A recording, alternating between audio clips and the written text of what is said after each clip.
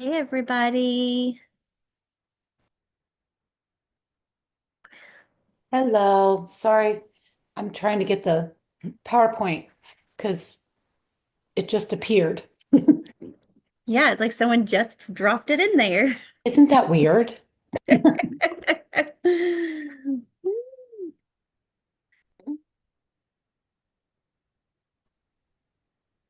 Hey, Misty, you made it in time. I did. I got everything uploaded and sent. Yep. And Can't believe it. That's pretty impressive. I am way impressed with you. and my friend Tracy, who's in our class, always checks the PowerPoints for me. She says she's working on opening it. No, I've So got it. I'm just saving it. there But we go. it opened. Everything's fine. It looks great. Good job. Proud of you. Cool. It's a PDF. So Yes, I just so we downloaded don't it. confuse anyone. Yeah.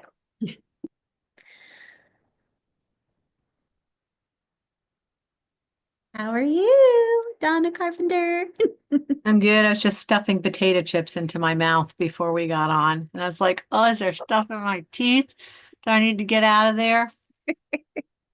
But I think it's okay. So I'm good. And the house is empty because they all went up to, there's like family night. So they're all out of the house. So it's even better. It'll be Nice. quiet. I met with Joanne this morning. We talked through some things. I think she's feeling pretty good. I'm so glad you met with her. Yay, that makes me really, really happy because I told her, I go, just contact Misty. Yeah.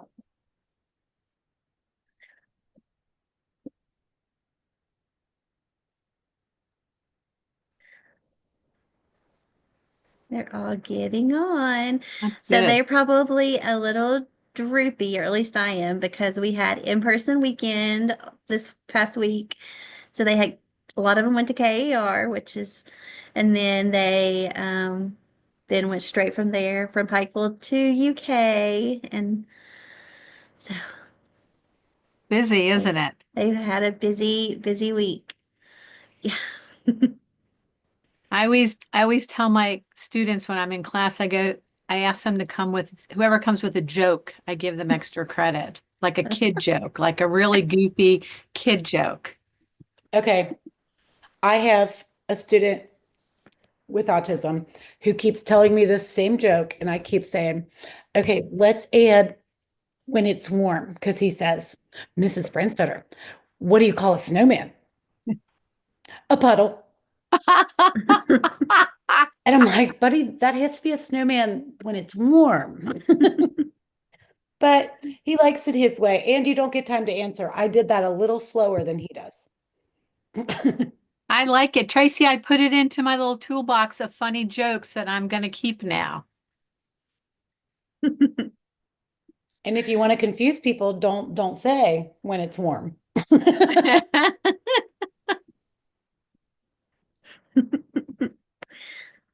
Well, everybody, some more people are coming in, but I wanted to introduce you all to our wonderful presenter tonight.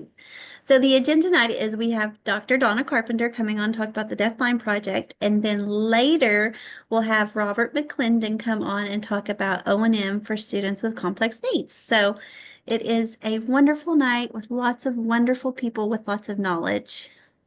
But there's not a presentation for the second one, No, correct? he does not Okay, do. that's fine. I didn't find it. I wanted to make sure it wasn't there.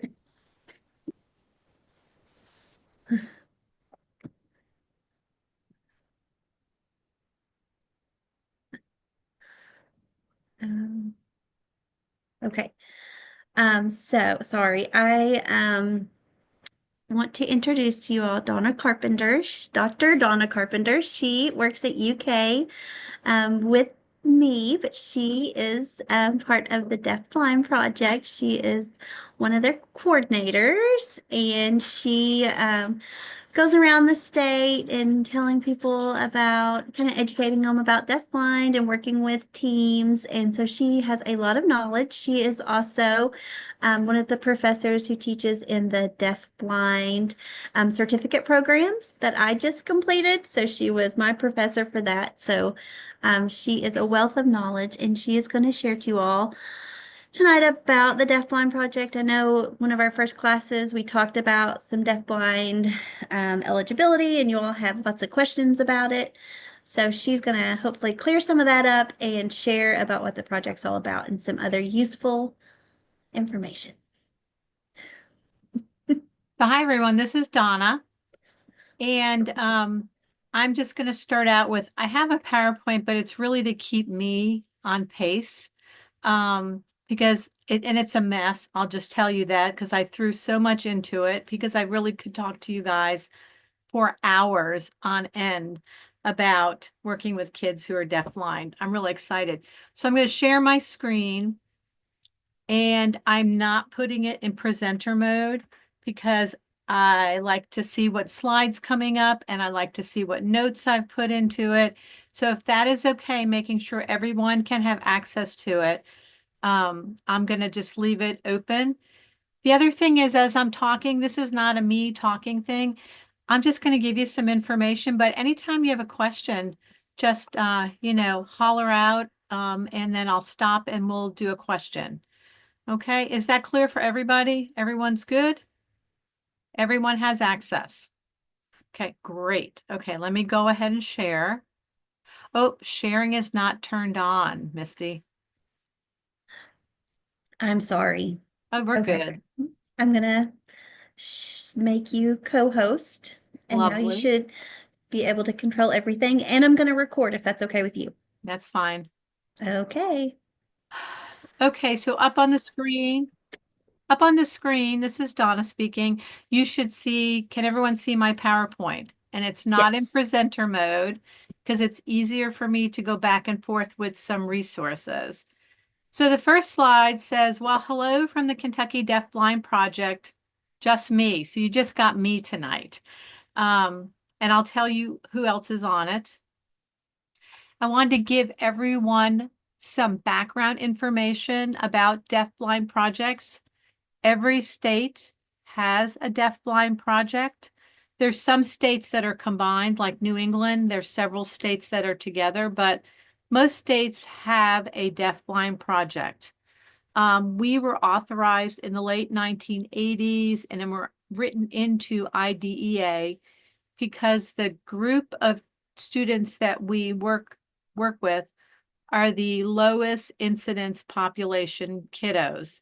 So there was money put aside to make sure that every state had a state deafblind project. So we are housed at the University of Kentucky. So my office is there. I'm employed by UK, but our project receives funding from 3 different sources. So we get money from OSEP, Office for Special Education Programs, which is part of the Department of Education. I can't even talk about it right now, but that's where the money comes from that was authorized under IDEA. We also get money, actually we get more money from Kentucky Department of Education. So they also give money to do the same thing, and I'll talk about what our mandates are. And the third place we get some money from is Office for Vocational Rehabilitation, and that helps with our transition program for kiddos who are 14 to 21. On our staff, there's me. So I'm the state coordinator. I'll be the state director starting next year. Corinne Miller, I don't know if any of you've met Corinne. Corinne Miller. She is she's our transition coordinator for kiddos who are 14 to 21. We overlap a lot, but that is Corinne's goal, is to work on transition and better transition into the adult world. Jasmine DeGrant just came on the project last June. She is working 0 to 14. and a lot in early intervention and preschool and kindergarten. And we also are really lucky. We have a family engagement coordinator, and that's Brandy Hitzelberger. Oh, I spelled her name wrong. But Brandy Hitzelberger, her son Alex, had been on our project for a very long time, and he is aged out. He is 21 and graduated from Kentucky School for the Blind. Donna, this is Misty. Yes. One of my favorite things about the Deafblind Project has always been that you all have that family piece because that is very needed, and it kind of helps connects the other families with students with who are deafblind or have some of these other low incidence conditions that kind of connect them together. Yeah, we're really lucky. What we do is we work with families and school teams and transition people and adult services, anyone who's working or has a child with a dual sensory loss, so vision and hearing together. But that means we get to go, really the best part is we get to hang out with families all the way from the time they're born, all the way until they transition out. So we're constant with that family, which is super nice.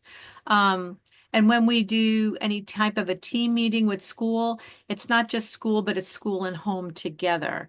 So always valuing that family piece, which is really important because really the people who know kids best are the family. So people always ask us what we do and nobody knows. And even if we tell them every year, we tell them what we do, nobody still knows what we do. And it is a true fact.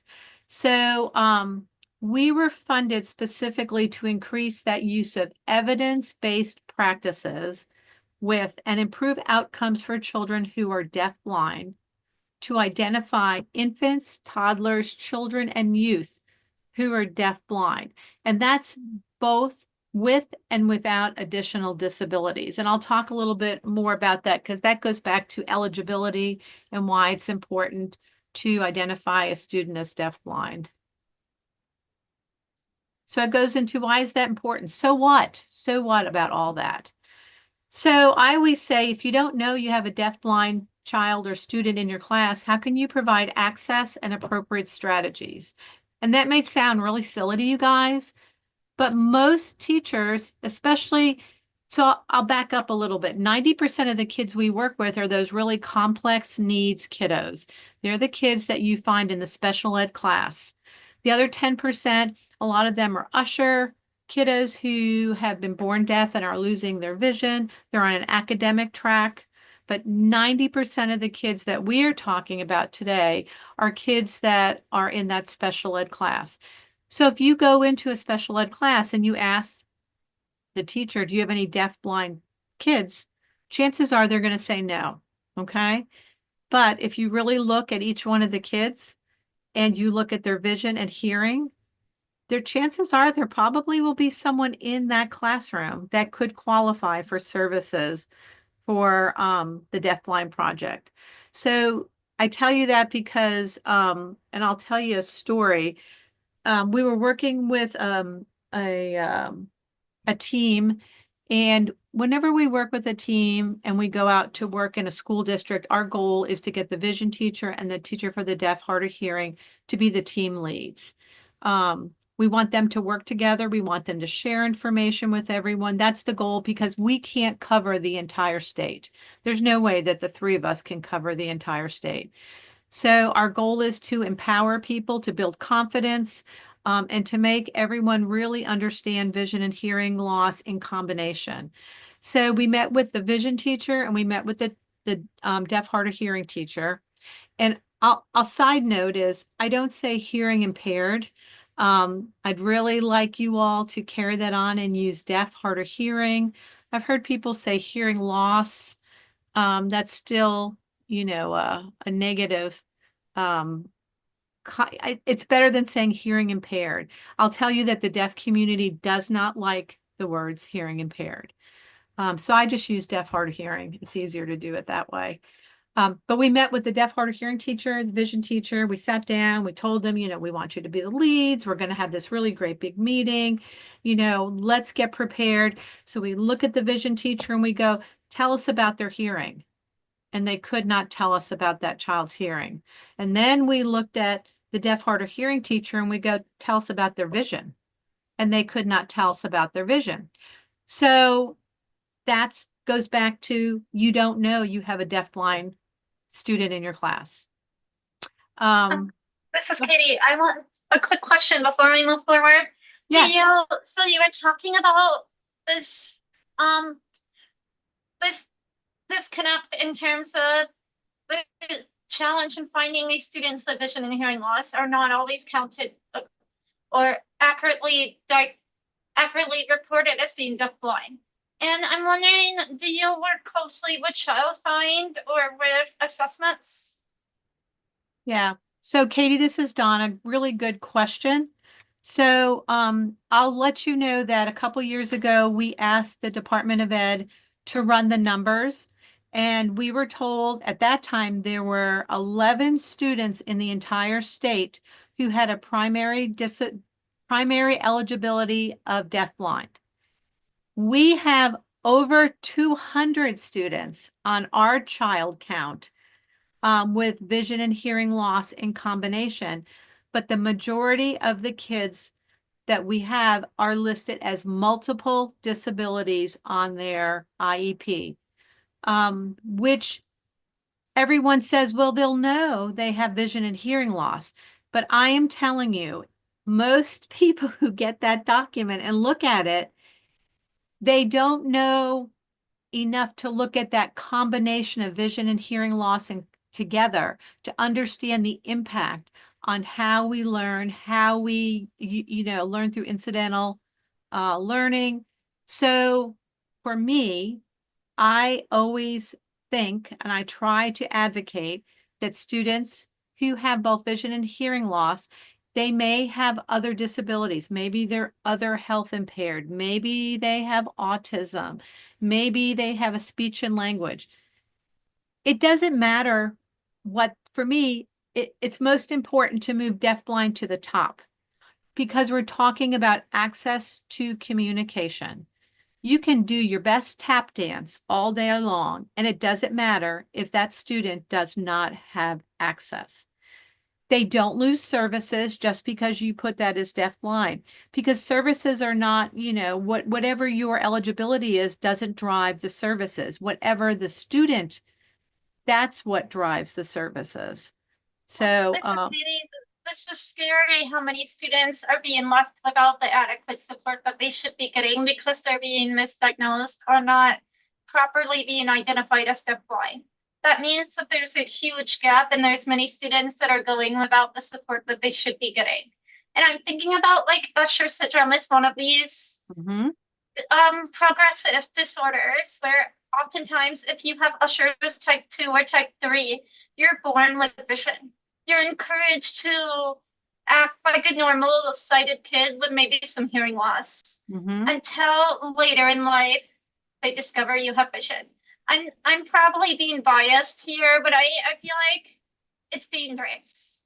You're setting your kids up for failure when you're either trying to deny or trying to ignore, pretend, or look the other way and refuse to accept that they have progressive vision loss on top of their hearing loss.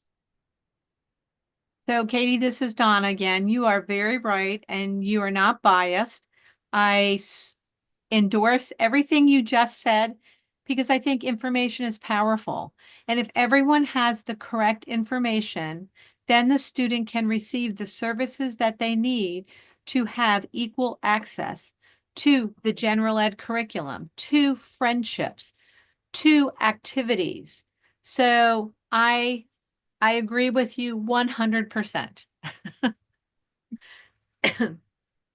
So, so anyhow, this slide that's on here, we just goes through what we were talking about, what the count is, what the state child count is compared to my child count. So the Deafblind Project, we are mandated.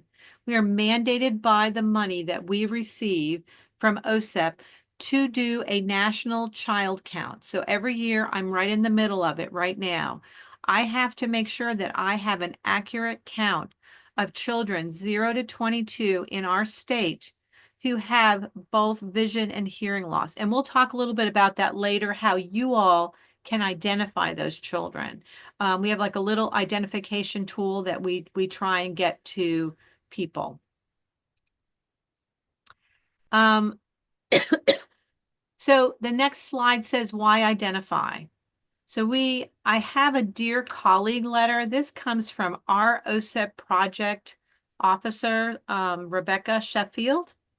And it is a nice letter that shares with whomever we're working with why we need to do a child count, why it's important to have an accurate count, and why it's important to look at that primary eligibility of deaf-blind. On this slide also, I have another resource, and it's called the Identification of Children with Deaf Blindness, and it's a resource for school administrators. So I'll make sure that Misty has all that and can share that with you. They are in my OneDrive that I have here, and I can pull them up if you want to see them. Let me see if it will work. This is Katie again. And while you're looking at that, I had a quick question. How recently did we start enforcing the child fine or taking a more direct approach to outreach for these public schools and supporting children with vision and hearing loss? So this is Donna. So it started in the late 1980s, and it was written into the law. And that was the reason why, Katie, is because there was such a discrepancy between what was being reported at each state Department of Education versus what people were seeing. So they actually got it written into IDEA, and that money was appropriated so that every state could have a deafblind project and that they could start that child fine that we do every year. If you go to the National Center on Deafblindness, their site, you can look at the child count, and you can see all the past years and see the numbers. I know for us in Kentucky, I've been on the project for about 19 years. So even maybe, I don't know, maybe 7 or 8 years ago, I think we were at 126 students. We're over 200, and I have to say, we probably are still missing another 200. I feel that we unidentify, and part of that is that people think someone else is going to identify. So they may go, oh yeah, I have a kid with charge syndrome. Someone else will make the referral. But there's a lot of human error in that. So we rely on humans to make those referrals to us, and we'll talk a little bit about that. This is Katie. Just to clarify, you said it's the National Center of what? The National Center on Deafblindness, Katie, and I can send you that link. That would be great. I know that you said before and just recently that it was incorporated into the IDEA in 1980s, 1990 when IDEA was acted. So from that time, from the beginning, have you guys been more aggressive in trying? Aggressive is probably not the right word, but more hands-on and trying to identify and find these students? Because I guess what I'm asking is, I'm looking at my own personal experience and from what I've seen with my partner, and he was diagnosed with Usher syndrome from the time he was 12. Yeah, he was given a driver's license by 15, 16, and encouraged to act like a sighted child and not learn Braille or tactile sign language or any of the valuable skills that he should have gotten in school. And I'm just wondering what happened. Hi, Katie. This is Donna again. We have become more aggressive, and aggressive is a good word to use because it's really important to identify as young as possible. So the sooner that we can share information with early intervention, with families, it's building confidence. It's building their knowledge about how their child learns, how they take information out, how they put information out. So in the past, our biggest concern for our project was that 0 to 3, we did not get many referrals, very few referrals, and they usually came from a teacher for the visually impaired who was working early intervention. So our past years, the past several years, we have aggressively looked at different ways that we could increase that referral from 0 to 3. We work with what's called EDDI, which is the Early Hearing Detection and Intervention organization, and that's your state hearing test that they do for newborns. So we've been working with them to get direct referrals. We've worked with early intervention in our state to, they put it into their policies that if they do get a child with both vision and hearing, they're to make the referral. We're doing some extensive training in early intervention. We'll talk about, we have a community of practice that invites early interventionists to come together, and we invite speakers to come in and we look at ways to better refer. So yes, we are being more aggressive. One of the, and I know we're going way off on some things, but one of the barriers I think that we have with that 0 to 3 is people who are serving 0 to 3 will often say, this is too much information for this family. We can't tell them another thing that, their child may have. I say, I am not the gatekeeper of information. I would like the family, and the families have told us, they would like the information to know that their child is deafblind. And that's a very scary word. But once you talk to a family and you talk about what that means, and they understand what their child hears and sees, it becomes powerful and it builds confidence in that family to understand when they go to an IEP meeting or they transition from early intervention, they have the tools to talk about what their child will need to succeed when they transition into preschool.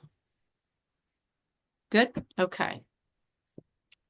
So on the screen, you can see there is it's from the National Center on Deafblindness, and it's called Identification of Children with Deafblindness. So this is a resource for school administrators. Sometimes we share to understand why we may be coming into the school, why it's important to make an accurate count of students.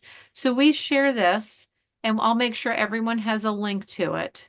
But it's a nice little, it's not really a flyer. It's got a little bit more than a flyer, but it tells about, what is deafblind, and why is it important that you as an administrator would need to know this information.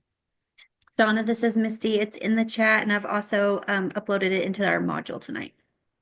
Thank you, Misty. So glad that you're here to help me.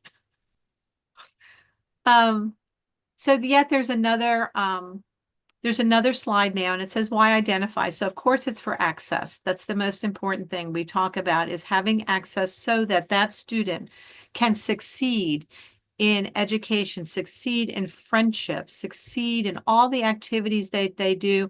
And when they plan for their happy life, that they've gotten everything they need to have that happy life.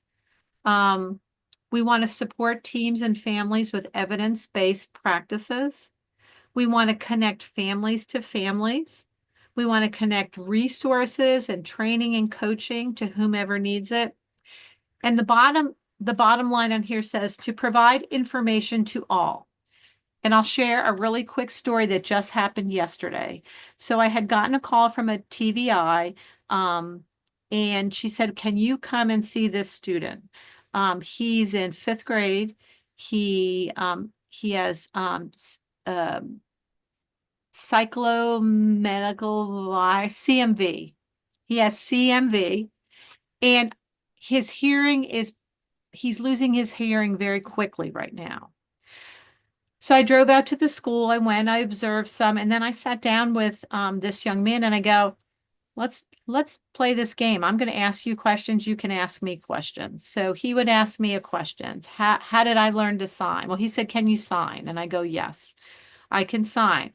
So then I asked him, I said, I hear you went to the doctor this week. And he said, yes, I did. And I have been told that I am probably going to be profoundly deaf. So then I said, well, how do you feel about that? He goes, I'm scared. I don't know what that means. So I come to find out, I asked him, I go, have you ever seen your audiogram to see what your hearing is? And he said, no, I don't know what that is. So for me, I think that student in 5th grade should have his audiogram, be able to plot his hearing on there to know where he is hearing, where he hears best, how he should advocate. Also, with his hearing aid, we talked about him being in control, using his iPhone to turn it down if he's in the cafeteria, or, to turn it up if he's in different scenarios. That's what I talk about information. We went to a meeting after this, and his family was there. His mother was there. She had never seen a speech banana. And she said that at the hospital, they talked very quickly about his hearing, but she really didn't understand it. So I think identifying also supports everyone working with the student, including their family, their teachers, their support people, to really understand what their vision and hearing is, how it works, and how can I make sure, as the teacher, I'm making sure my environment for learning is the best it can be for that student. And so on the next slide here, I have a picture of an audiogram. It's the speech banana one. This is not one I really like. There's another one that's much nicer, but if you don't know what an audiogram is, I don't know, Misty, have you talked about audiograms at all? We have not talked about them. Nope. Okay. So if you don't know what an audiogram is and you're working in a school system, go find your teacher for the deaf, hard of hearing, and ask them, what is an audiogram? Can you explain this to me? So on the screen here, it looks like a graph, and along the top is the frequency in hertz. So it goes from like 125 to 250 to 500 to 1,000, and that's the pitch. So at the lower ones, 125, 250, 500, it might be a really deep voice. It might be, a lot of times it's a man's voice. But if you get up to the higher pitches, a lot of times it's going to be a female voice. And down the left side, starting at the top, that's how loud it is. So it starts, and these are in decibels. So it starts at 0, goes to 20, 40, 60, 80, and 125. And if you have a speech banana, and they're really easy to find, there's some you can buy on Amazon where you rip them off this little sheet. So when you're meeting with a family, make sure that your teacher for the deaf, hard of hearing plots what that student can hear on that so that everybody has that information on there. So I put that in there. So I just think if you don't know what it is, find out, ask someone, get the information, feel confident that you could talk about both their vision and their hearing. And I know you guys are not deaf, hard of hearing, but if you're working with a kiddo that's combined, you have to be able to understand their hearing also. And remember, you guys can stop and ask questions anytime. I want to get to the meat of this. So what do we do at the Deafblind Project? We have to maintain that Kentucky Deafblind Project census. That's our child count. We have to do that. We collaborate with our state partners to improve services for children and youth 0 to 22. So any state partner we'll work with. We also collaborate with other state deafblind projects and national partners. We are not direct service, so we don't go in and work with the student. We work with everyone around that student to build up their knowledge, their confidence, so that they're providing evidence-based strategies to work with those students. And we have several community of practices like that we run. So you all can join any of these if you want to. So we have one for paraprofessionals, which is also called interveners. So those are people who are working directly with students. They can come in and we'll work through some modules. We'll do some coaching and training. We also have a CVI, community of practice. And this community of practice is run with the Tennessee Deafblind Project also. We're doing it 2 states. It's really a wonderful thing to get involved with because it's run by the participants in the group. So if they want to have Gordon Dutton, or if they want to have Rachel Pillings come on, or if they want to have Martha Vito come on and talk, we will do our best to get those people to come on and be part of that community of practice. Also, if you're part of that practice, you may be a presenter on a student you've worked with, or you may bring something to the table for everyone to discuss. So it's a paraprofessional, the CVI. We just started an early intervention one, and we are looking to get more people to join that. Our next group is going to be school age. So hopefully that will be probably the beginning of next year. We have a newsletter, and at the end of this, oh, Katie, go ahead. You're on mute.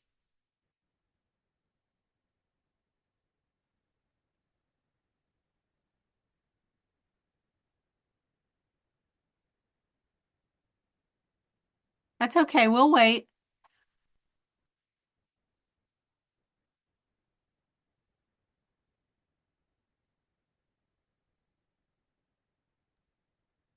Can you hear me? I can. Hi, this is Katie. I was wondering, is there a difference between para-educators and interveners? So this is Donna. In my eyes, there's no difference. In our state, because we do not recognize interveners yet, we can call them interveners. We've had interveners in some school districts, but they prefer to use the word paraprofessional. We've talked with our Department of Ed. We'd like to get it to be recognized, to have a pay scale. They're on board, but now we have to come up with what is that training line, so that if someone wants to become an intervener, how are they going to get trained? So it can be either way, Katie. They can be called an intervener, which is a paraprofessional with specific training to work with students who are deafblind, or they could be called a paraprofessional.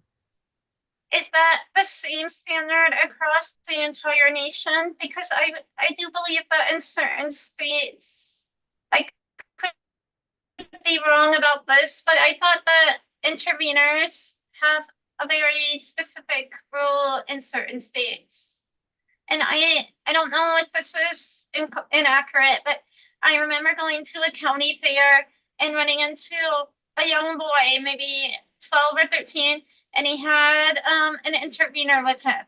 It wasn't an SSP. It was hired by the school to give him that visual and audio information and be allowed to take him places, which is totally different from a para. That's why I'm wondering, is Kentucky an exception to this rule, or is this nationwide? So Katie, this is Donna. Good question. Every state is very different. There are some states that have a strong intervener training program, a strong Department of Ed that has recognized it and have their own pay scale. They do have that, but they are far and few in between. Most states do not have it recognized and do not have the training. So right now, if you want to be an intervener, there's not many options for you. You can go through a university program such as Central Michigan University. They have a training program. And I think it's 1 year. But you have to pay university prices for that one. You also have San Francisco State University, where Julie Meyer is, and that's a lot cheaper. I think it's under $1,000, I believe, to do her program. There used to be training through the I think it's the Para Center, but they lost their funding. So there's no training through there. So like in Kentucky right now, if somebody wanted to be trained, they would come to us and be part of this community of practice where we are using those 27 modules that the National Center on Deaf Blindness has about interveners. We do 5 at a time, and you have to meet with us, go through some coaching, and demonstrate your knowledge. We only give a certificate of completion right now until we can get that, written into the Department of Ed. There are some districts, I can think of one in particular. They went ahead when they had a student and he's graduated, they paid their intervener on an interpreter scale because the person who took the job was an interpreter. So they stayed there all those years. They worked as an intervener with high levels of signing skill. I think a lot of times, and every child doesn't need to have that high level. This student did. It just depends on the district. And it's a long way to go. And I'm talking a lot about it, and we're just working right now with the Department of Ed to see what we can get going.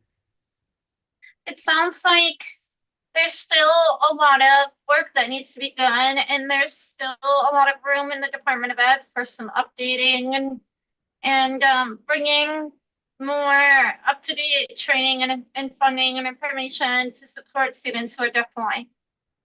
This is Donna. I agree. And we are very fortunate because at the Department of Ed, we have a really good person who works to make sure that we continue to improve services for students who are deafblind. So Emma Riley, she is deafblind herself. She has Usher, and she works at the Department of Ed. So she is often the contact I go to bounce ideas off, to work with, to plan with, because she works right under Greta Hilton, who is at the Department of Ed. So my fingers are crossed, Katie, for the work that we continue to do, that someday we have a great training program. I wish there was a national program. It would be a lot easier for people who get certified or credentialed, that they could go from state to state. But right now it's tasked onto the states. So we're going to work in Kentucky to do the best we can to make sure that we get people trained. Thanks. Sure. So the next slide just shows that everyone we work with, there's such a diverse group of people. Their communication is very different. Some may sign, some may speak, some may use objects, some people use devices. Everyone is different, and to remember that every student that you work with they're multimodal. We're all multimodal in how we communicate, and it really just depends on what time of the day it is. If you're tired, different scenarios. We're diverse in hearing and in vision, in movement, in etiology and learning, complexity, supports, education system. So there is a vast diversity within the deafblind community. And on here, there's several pictures of some of the kids that we've worked with over the years. And it just shows the different ways that they communicate. The first top left is a young man using a device.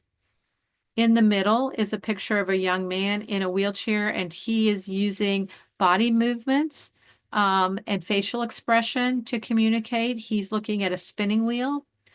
On the top right, there's a little girl, that's Abby. Abby is now 20 years old and getting ready to graduate. And the person in the picture working with her is me, a very long time ago and much younger. And I'm using hand under hand with Abby. We were outside on the playground. The bottom left is my friend Justin. He's also in his early 20s. He's a young man who loves chainsaws and loves learning how to cut. It would make everybody nervous, but he is just wonderful. And he, what his most favorite job was working outside, helping.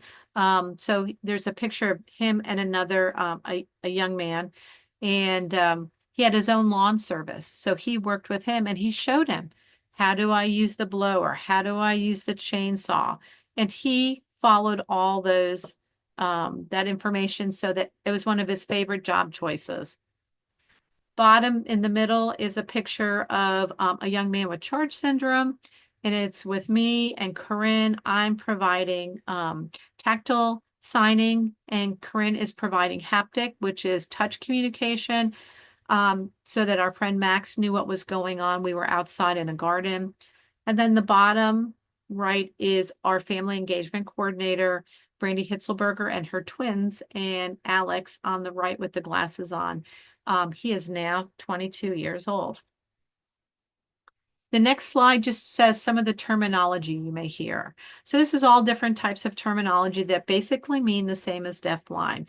You may hear dual sensory loss, combined vision and hearing loss, co-occurring sensory loss, Sometimes you just hear multiple disabilities. Sometimes you hear deaf, hard of hearing plus, or you may hear complex learning needs. So any of those, they could mean the same as deaf blind.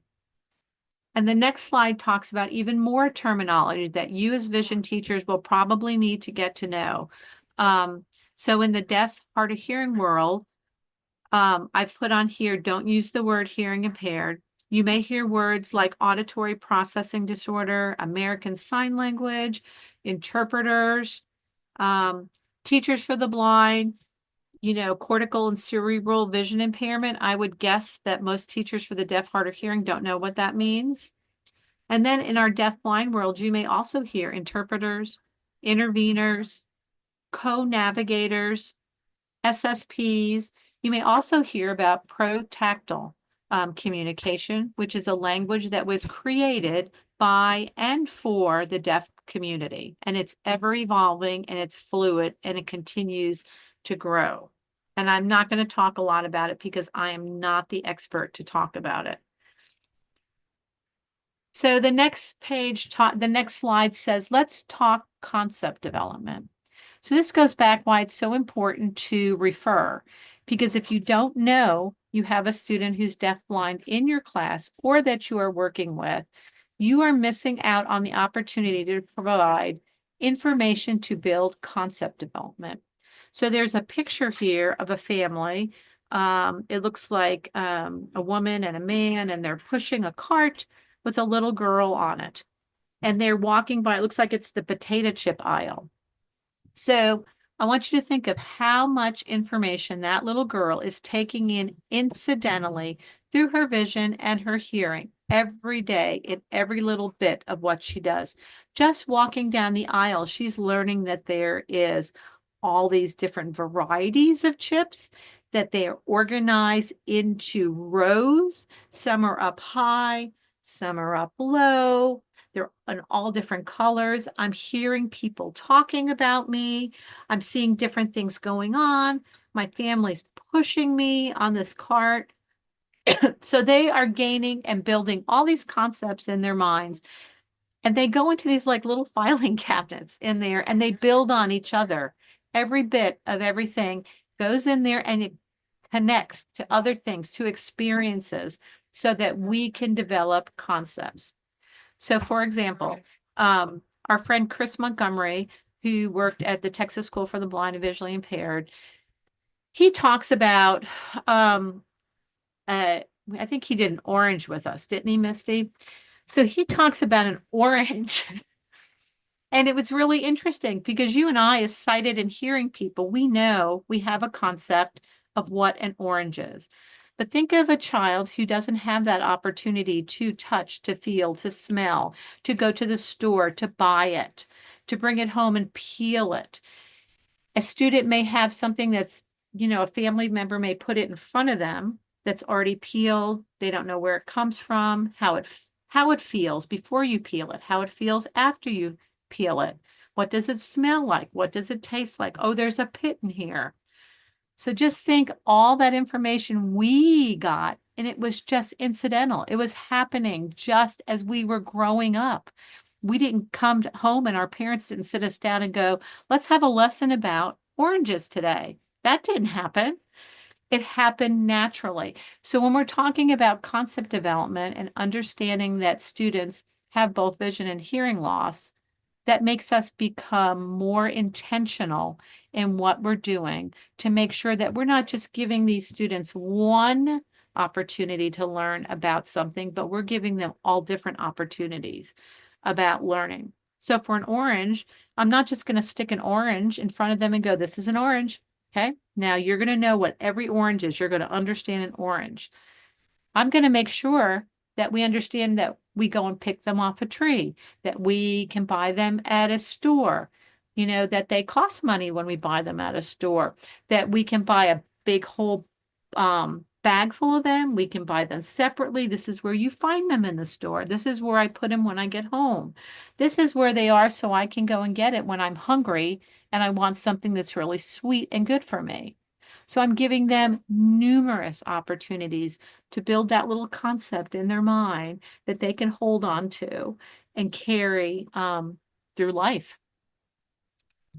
So this is Misty for our first in-person weekend with the majority of the students in this class. We did the orange activity. So they got to learn about hand under hand with it. Oh, I love it. Yay. Love Chris. That was so good when he did that. So on this slide, I always tell this story about two little ones. So on the left is Rosie, and Rosie's in a cart shopping, it looks like, with her mother, maybe a sister. And this little child is, I don't know, maybe, I don't know, what do you think, 18 months old, sitting in a cart in line to get ready to pay at the grocery store. And then the other picture is a picture of a little girl, and she's in a wheelchair. And it looks like probably maybe her dad or maybe another relative is pushing her wheelchair. So I want you to think of both of these children going through the grocery store with their family and how they are picking up incidental information throughout that entire store. The mom is probably saying hi to people, and she's asking questions. Which fruit should we get? Oh, over here is where the watermelon is. Oh, let me reach up and get that. Both of them are gaining information in different ways and forming concepts. And it just goes back to reinforce what we talked about in the previous slide. The next slide has two, I don't know, have you shared this, Misty? The learning triangles? I have not. So, typical learning, most of us learn incidentally. Even if you're in a classroom, you hear people talking in the hallway, you hear the teachers talking about different things. There's so much that you learn without even thinking about it, and then there's, maybe what you're doing today is like listening to somebody talk about stuff and gaining that information. And then that top little triangle is that direct hands-on. So for deafblind learners, it's upside down. That bottom piece, which is the biggest of the triangle, is direct, intentional instruction for students who are deafblind. And then incidental is at the very top. That's the way that they do not learn the best that way. My friend Suzanne, has Suzanne talked to you all? She has, yep. She did our active learning class. And Julie Meyer that you talked about earlier. They're like my favorite people in the whole world. So I stole this from Suzanne, so I didn't know. I put it in and I thought, I bet you she's already shown this.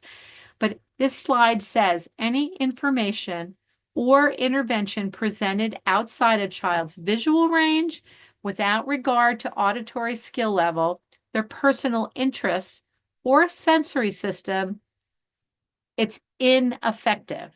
It is not working. So when we say, oh, that kid can't do that, they're just not doing it. We really have to think, what are we not doing to make sure that they can succeed? So I wanted to try and touch a little bit on touch communication. Touch goes to your head, to your brain the quickest. Out of vision and hearing, touch goes the quickest to your brain. Meaningful touch has significance, its purpose. And we always begin interactions, especially with kids who are deafblind. We always start just with a simple touch on the arm to connect with them. So common experiences with touch. These are things people have told us. Being pulled around, not given warning before you touch them, just coming up and grabbing them. Touched by strange hands. You don't even know who's touching you. Hand over hand instruction. And I know Misty said that you all have talked about, please use hand under hand. Physically manipulated with no control, and you're not given enough time to process what that touch is communicating to them. So that's common experiences that people shared with us. So I have a video, and the video has captions with it. So I'm hoping that works. And Katie, you can tell me if it's not working, and I'll make sure we fix it. But this is my friend Heather Withrow. Her name, another name she's known of is Hex, H-E-X. She is deaf. and she has several children, but one of her children, and he's 14, almost 15 now, so this was a little while back, he is deaf-blind, and Heather is deaf, and her husband was deaf. So she talks about the importance of touch. So important to do that with babies. So I'm going to show you just a little bit of it. And let me know. Oh, you know what? I better go back and make sure. Oh, there's no sound. I take it back. There's no sound. You have to read the captions. Please let me know if there's any problem with access.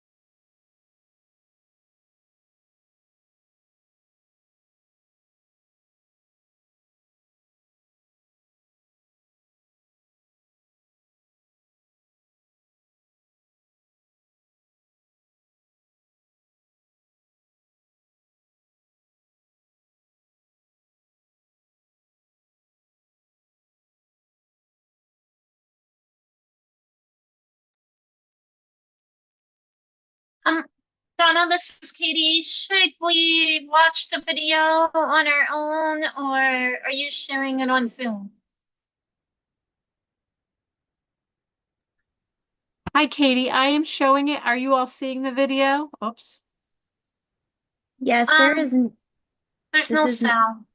Yeah, there's no, I'm sorry. There is my whole screen just, okay, there it is. There is no sound, Katie. There's captions. Because it is a deaf signer. It's Heather Withrow that's on there. And she's on there, and are you able to see the captions? No. I Okay. might test it and see how it works with my Braille display later.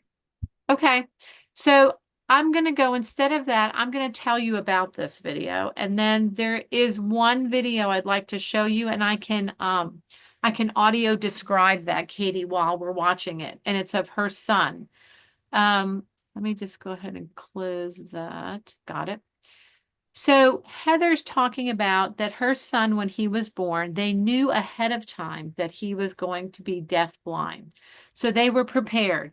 She says that she knows what it's like to be someone who's deaf, but she really had to think about, how am I going to provide information and continue to feed information to Orion? And that's her son's name, is Orion.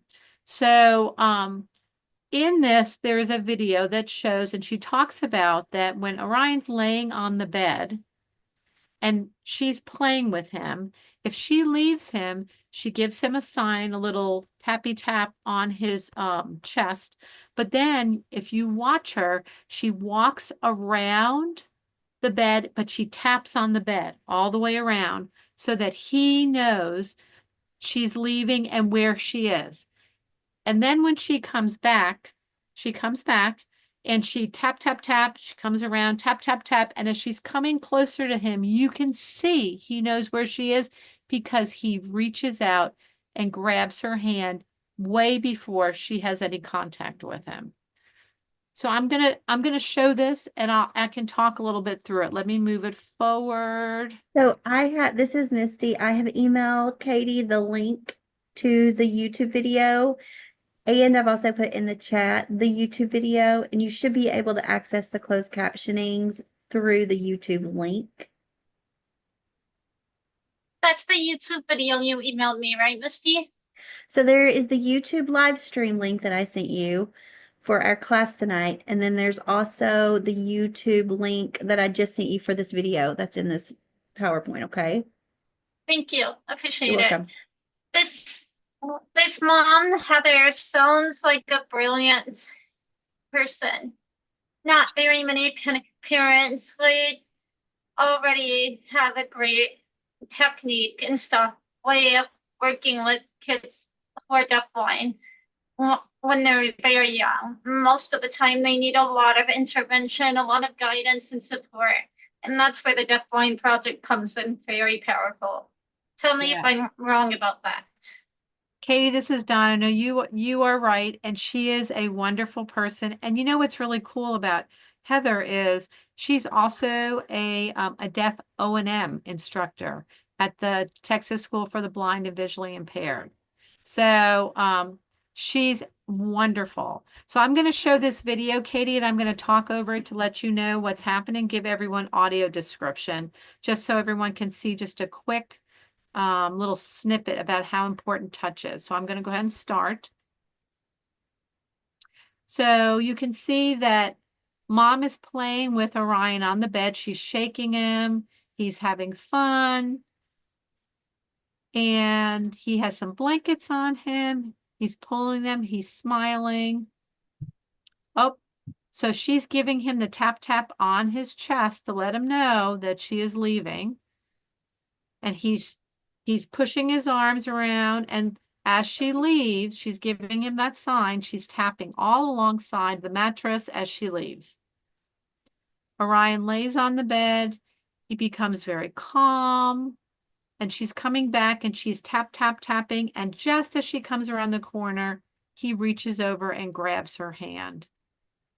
So for me, it's pretty powerful because he understands when she's leaving and when she isn't leaving. And you all know that when we're engaged with someone, we want to know when they're leaving. So she is teaching him to know that this is the sign I'm going to give you that I'm leaving, and you can feel me leaving and you can feel me coming back. So her whole life is making sure that he is getting all the information he needs. Is he totally blind? Yes, he is. He sure is. And she has, if you ever follow her, she has several, I think it's called a Mom's Musings, that's on YouTube. And I think Misty's shared that, but there's a link to all her different videos that she shares with people about how to use touch communication, or how she uses touch communication every day for her child who's deafblind. So it's a great resource for families, for people, for teachers. It's really great. And she's a terrific person. She's going to come talk to my communication class, Misty, next semester. So maybe we'll invite all the TVIs to come too. That might be something good, that they can come and meet Heather. So we're going to jump into, I wanted to share a little bit about a student that we work with, and her name is Violet. And I believe one of you all work with Violet. So Violet is one of my most favorite students to work with. Misty has met Violet. And so I'm going to tell you a little bit about her. She is now she's 14 now. And she's in a very rural community. And we've been working really closely with her whole team. So Misty was part of this whole team training that we talked about. And her vision, she has Heimler's, which is part of a paroxysmal disorder. My brain is not working. A proximal bigenesis disorder. So it's progressive for her. Her vision is quickly declining, and she's profoundly deaf also. She communicates through sign, and she is the happiest person you'd ever want to be with. She's loves being around people. So we were trying to work with her teacher for the deaf, hard of hearing on what we could do to build a really meaningful day for her across her year at school. So we thought about, because she's in a separate class within an elementary school, she's getting ready to transition, but we thought maybe she should learn all the teachers that are in her school, that there's different rooms here, where to find things. So we thought about, could she do an attendance collection? So in her school, every teacher every morning takes attendance, they put it in an envelope and they stick it outside their room door and somebody comes and picks it up. So we said, why can't she do that? That's a great job for Violet to do. She can learn where all the teachers are. She can learn their names. She can be, we've, included counting. She has to count them. She has to check everything. So in this, I have 3 pictures here. So the first picture is Violet. She's standing and she's smiling. She has purple glasses on. And she has a tray that she pushes. So it's like a lunch rolly cart that has all the stuff she needs. She has several boards that have where she's going. So she pushes this, and the second picture shows each of the classrooms. So it's a tactile chart. The first column has the classroom. The second column has what their descriptor is, their object that represents that classroom. So for example, it says 108 classroom, Miss Culberson's. So what we use for her classroom are, those little beads that you string on to make necklaces. That's what represents her classroom. That is also on the outside of her classroom. So every tactile identifier is exactly the same as what is at each of those classrooms. So she walks down the hall. She comes to the first classroom and she feels up to feel what the tactile identifier is. She pulls up her clipboard and she finds that on there. She moves their envelope over and then she can move that identifier over to mean that she has it. So she is learning about checks and balances. She's learning about charts. She's learning to match identifiers. She's also having to talk to people because if someone doesn't have their envelope out, she has to knock on the door and ask to get the envelope. She has to communicate with the lady in the office. She has to count how many envelopes she has, and then she has to track that on another sheet of paper. So she's doing layers and layers of learning in this one activity. And it was really hard for the teacher to understand that. She was having, math at one time, reading at another time.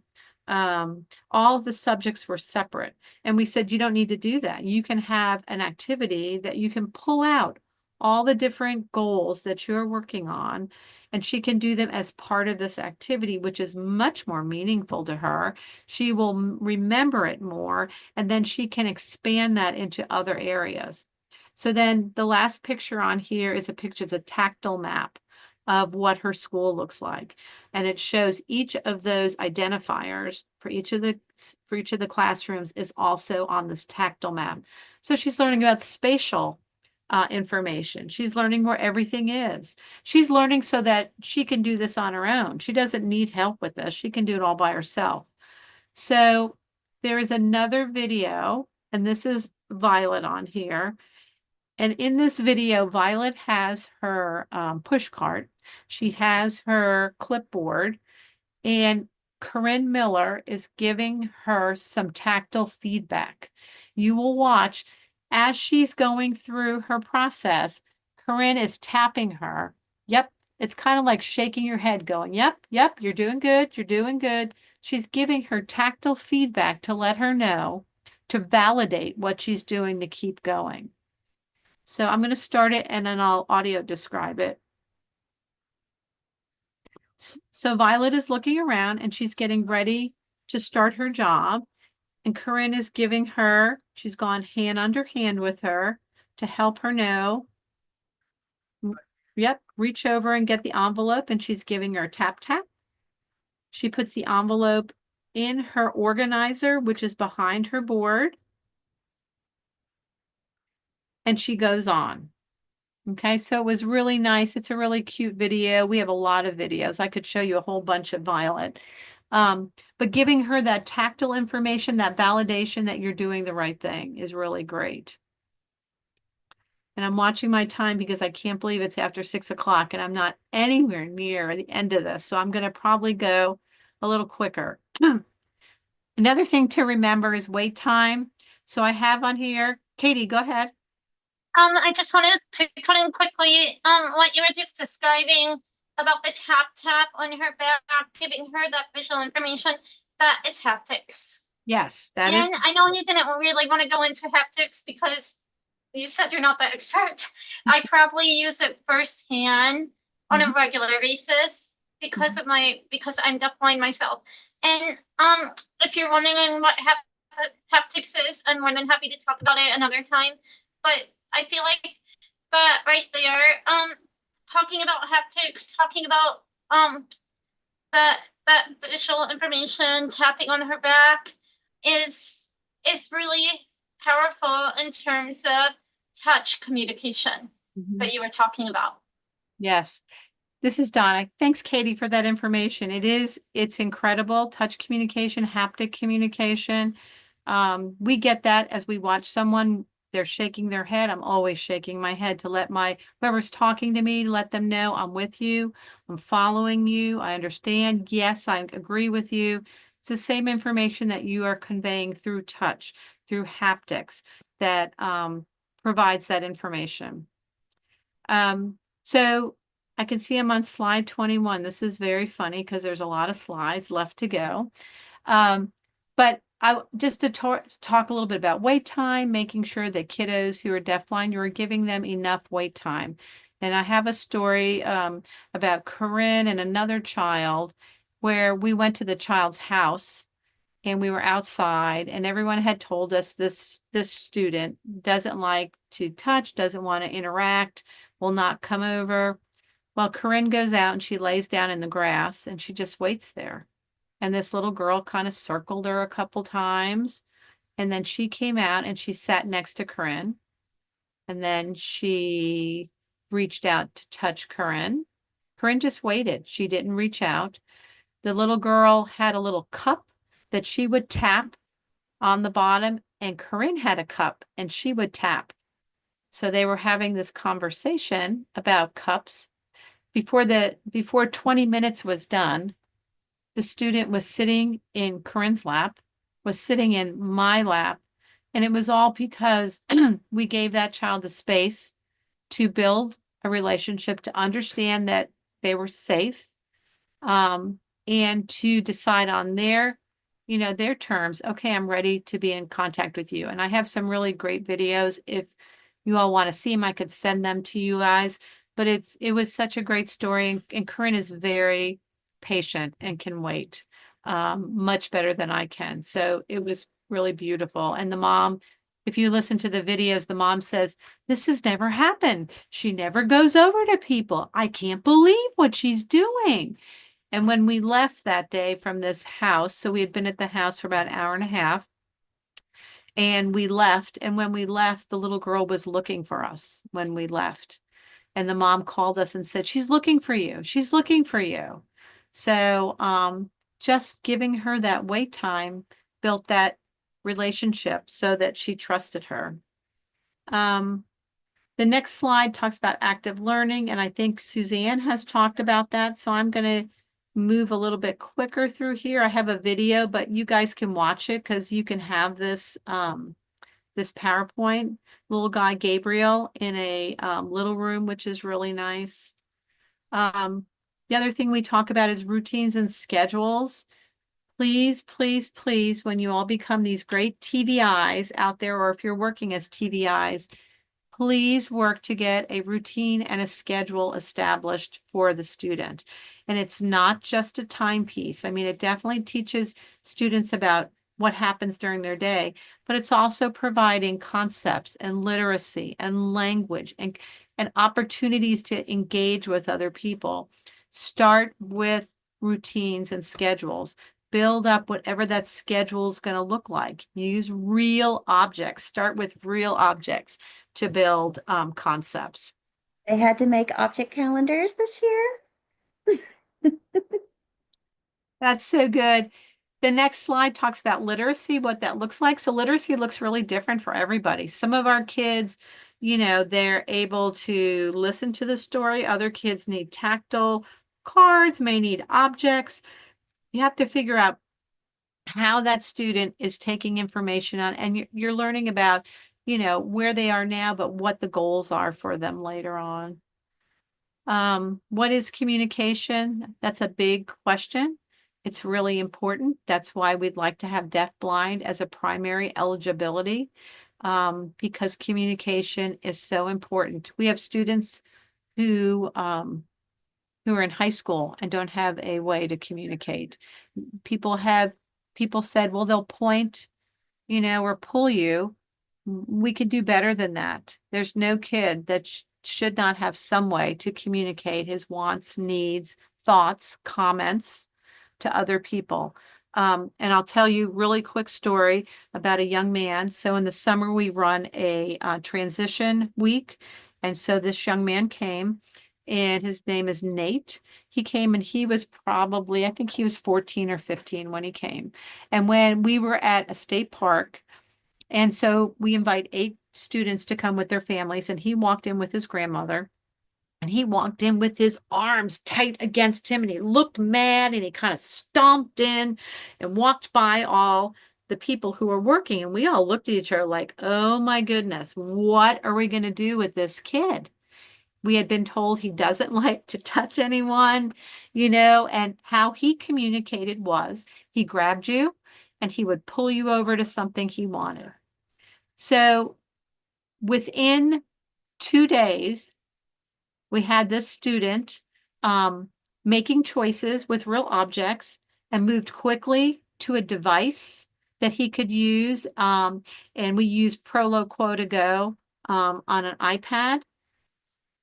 And he was able to, once he found the power in this device. So remember, I want you to remember, he's 14 or 15 years old, and nobody has ever thought that this student should have a way to communicate better than pulling you or grabbing you.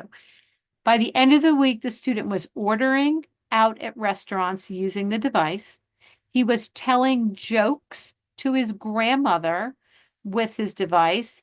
He was playing with all of us in the pool, wanting to be grabbed and touched and fooled around and pushed and everything with. And his grandmother contacted us the next week because he had gone in for a doctor appointment, and he was able to use the device to communicate with the doctor. So within 1 week, this kid had gone from no way to communicate to learning that there was a way for him to communicate.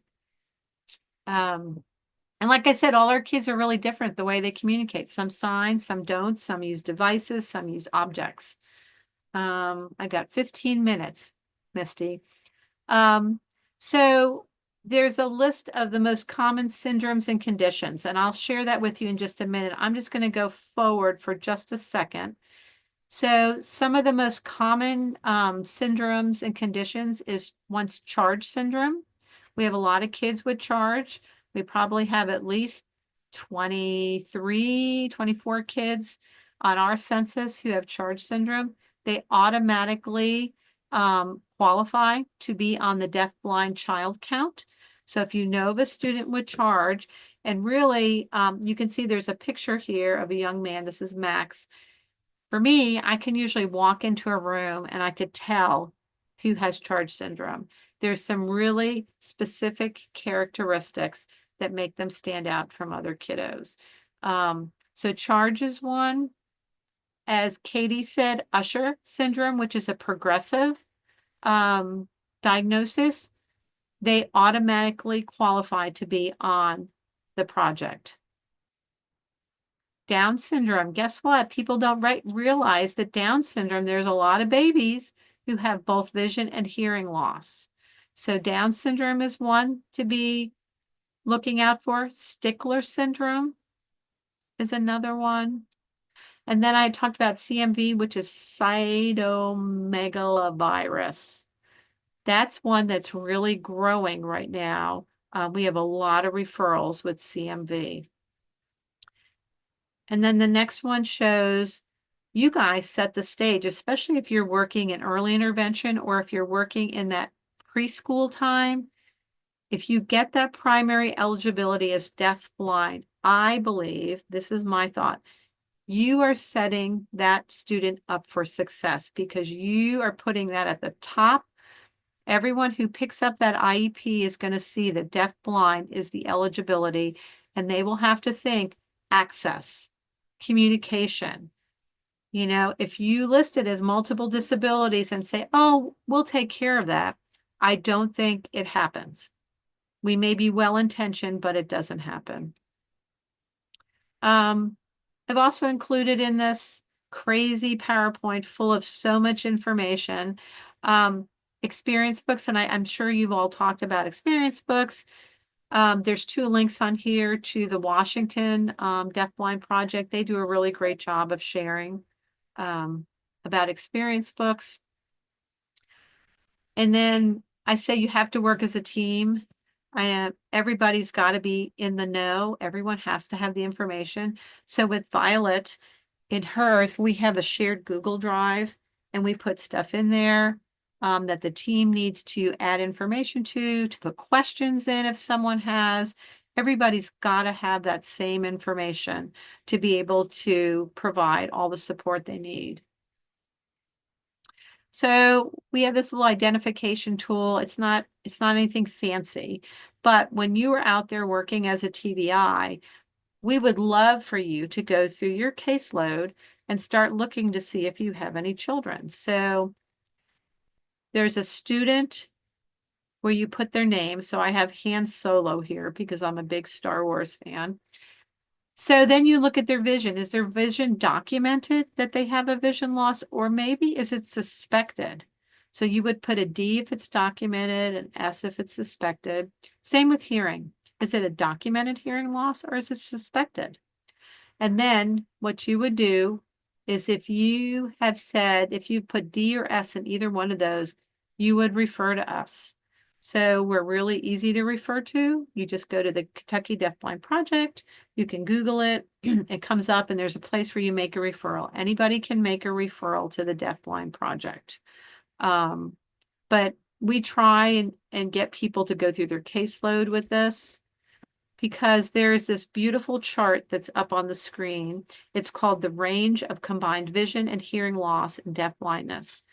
So if you look at this, across the top is the degree of vision loss, going from mild all the way over to cortical vision impairment.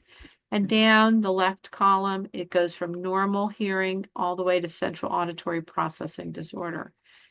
Anything that can be found within the gray area would qualify for a student to be referred to the Deafblind Project. And remember, they don't have to have eligibility listed as deafblind. They could be listed as multiple disabilities, as vision, whatever it is, but they can still receive services from us. We can still go in and work with the team and provide best evidence-based strategies. And yay, look, I got all the way to the end. So here's some resources. I threw some pictures in of all of our kids during ECC week that you could take a look at.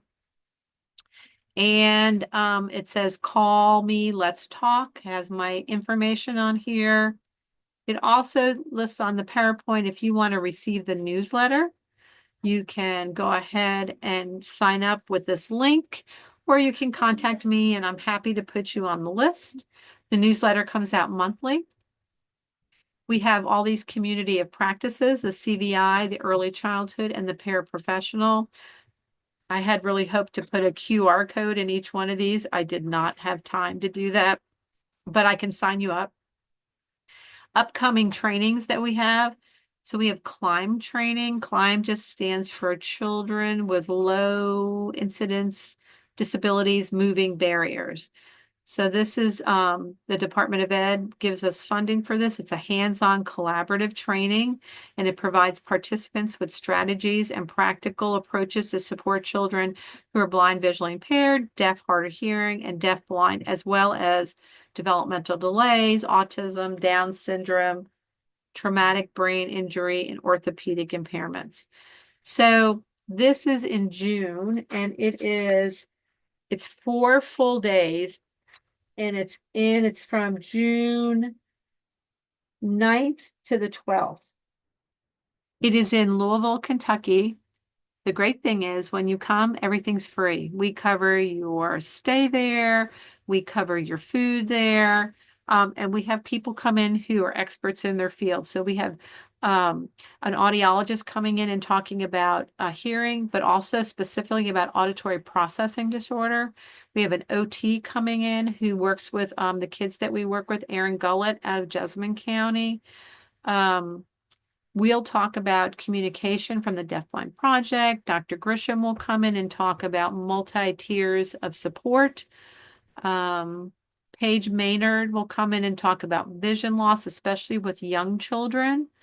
And we have a speech and language pathologist coming in this year. Holly Decker comes from Ohio County. She's going to come in and talk about that. So they're all giving you information throughout the week. You come with a student in mind, and then you build a plan that you can take back and implement when you go back. It's a lot of fun. It's a full week. So if you're interested, you could go to the register here, or you could ask me for more information. And Reach for the Stars is a training that's coming up. So this is for families. Really, it's really geared towards families who have children with complex learning needs, especially right before they transition into preschool services. So they may be receiving services in early intervention. And so families come and they can bring professionals with them. They can bring the early interventionist. If they've already transitioned, they can bring someone from their school team to come. Last year we had 10 families and they brought professionals, and we go through, and I think Dr. Grisham is coming in and going to talk to you all about Reach for the Stars. So you guys will learn all about it. It's a wonderful, wonderful tool to elicit the family voice of what they would like for their children, and then how to put that in, write it so that they write them as goals to be on their IEP. So again, it's building confidence for families to be able to be actively engaged during their IEP meetings. And so, Misty, I think that's it. That was a lot. I just blah, blah, blah, blah, blah. This is Tracy. On that last slide with the upcoming trainings, the PDF that we got just has climb and RFTS. It doesn't have all the information you had underneath of that. So it doesn't have, okay. There's nothing there. I It's will black. send to you the climb, the flyer. I'll send it to Misty right away, because I would, if you're interested in coming, I would sign up right away, because usually we only take 25. Last year we took a little bit over 30, and it really just depends on how much money we have from the Department of Ed that we can pay for everybody. So And then on the, oh, go ahead, sorry. Tracy. But on the resources, it's on number 40. The one for Texas School for the Blind, VI, that link says page not found. Okay, and so I'll send you, well, let me go ahead, I'll put it in the chat right now. So unfortunately, this is Thanks. Misty. Unfortunately, for the climb training, all of you all will be in-person class that week. Ah, Don't. I know, I'm sorry. I, But maybe the next year they can yes, attend. you guys But can come next year. they can share it with their students and their families and other people they know. Oh, you guys, I thought maybe you all would be able to come to it. It's a lot of fun. And like I said, it's 4 full days, but you know what? It's really nice because we pay for everything, which is even better. So you don't even have to wait for a reimbursement. We just go ahead and pay for everything on a direct bill. So keep that in mind for next year to come next year. But if you do know of a young family with some really complex communication needs, complex learning needs that might be wanting to do the Reach for the Stars, you can reach out to us and we can contact them. And if you're on their team, maybe you could come to that. That's the end of May, Misty, the Reach for the Stars. And it's usually just 2 days that we do something with that. Donna, this is Katie.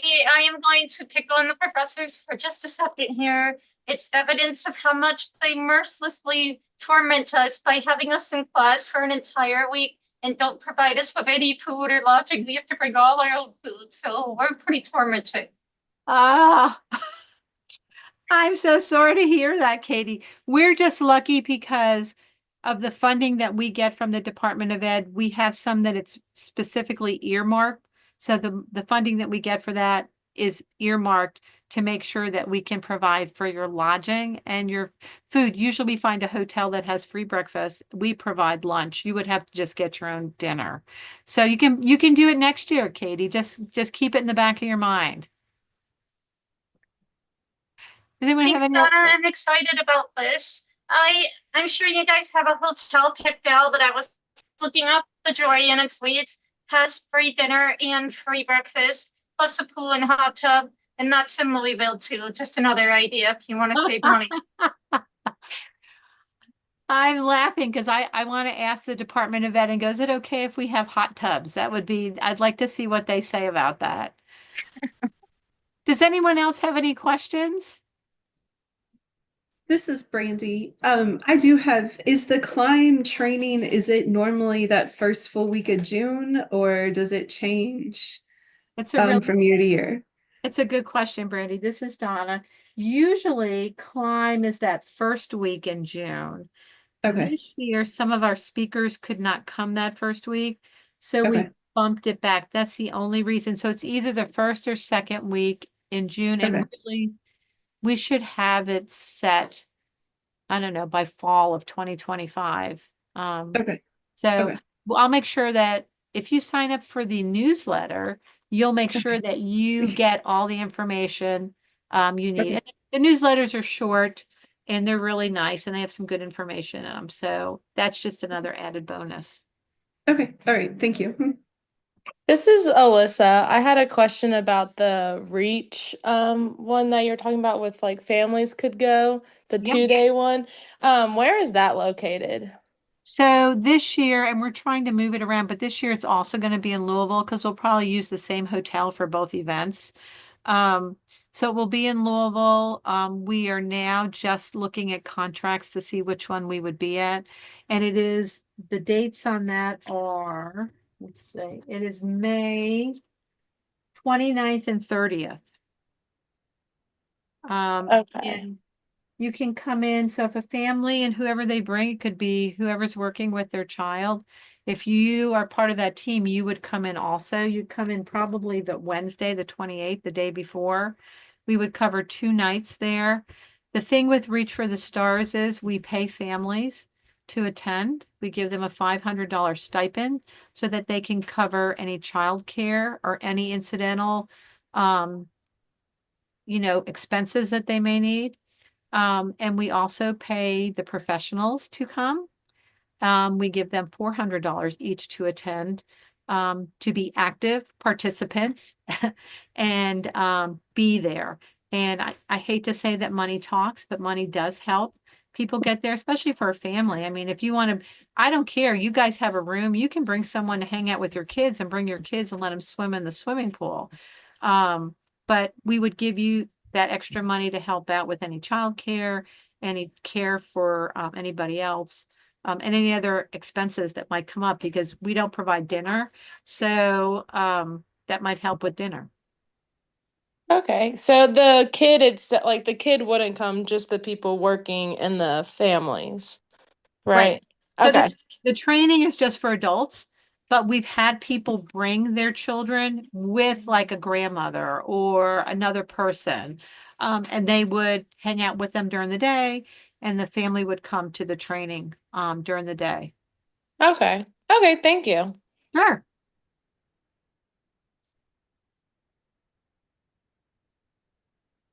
This is Katie. Is climb offered in other states or just specifically Kentucky? Yes, Kentucky. So I'll tell you, Climb came about because years ago there was this training, probably 20 years ago, called SHIP, SHIPP training, and it was severely handicapped, inclusive preschool program. I think that's what it was. And it was the same thing. It was like a full week. The people would come in, all hands-on stuff, all learning, and then throughout the year they would meet a couple times. So that was funded, and then the funding dropped. So it wasn't around for probably, I don't know, 15 years it hasn't been around. But people would always tell us that's where I learned the most. I love that training. So a couple years ago, we begged Kentucky Department of Ed to give us just a little bit more money so we could do that, and they did. And so now we're trying to resurrect it. And we started it online during COVID, where we met on COVID meetings. And then we have moved, last year was the first time we've moved it to fully in person. And really, that's the way it should be. It should be an in-person training because that's where we get all that really great learning, active learning going on. Sounds like Kentucky has all the fun. We do have fun. We love hanging out with people. So yes, we do. And I have to say, I love what I do very much. And I feel very fortunate every day that I get to do this. So, and I think both of my coworkers feel that too. So I think that plays into it. We like to have fun, but we also really, really want to do what's best for kids. Okay, this is Dr. T. Hi, Hi, T. how are you? I'm good. I think that you really undersell yourself, you guys. If you knew Donna, happens because of her. Don't let her kid you. She is on top of all of this and probably the most knowledgeable person in this field. So don't lose her name. Aw, thanks, T. I appreciate it. So, I know T, and I always call her T, because she worked with a student in the county that recognized interveners. Right. And so she worked with that student there, and we're going to T's horse farm soon. I'm bringing all my granddaughters down to visit at her horse farm during spring break because I think that's a great spring break trip. Woohoo! Woohoo! Other questions? Any thoughts? Anything?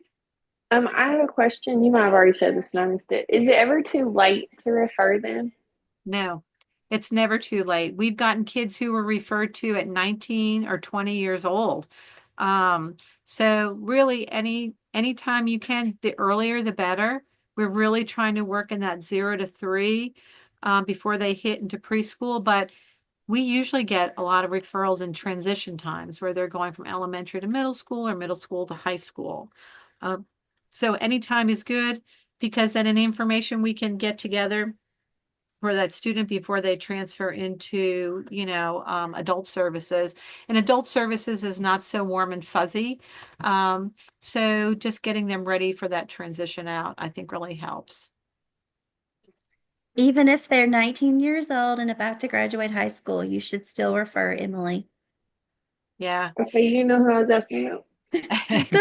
Yep, the Do one that I- I saw on Facebook. Yeah, do I also, you might have said this too, but do I need to ask the parents or let them know that I'm referring, or how does that work?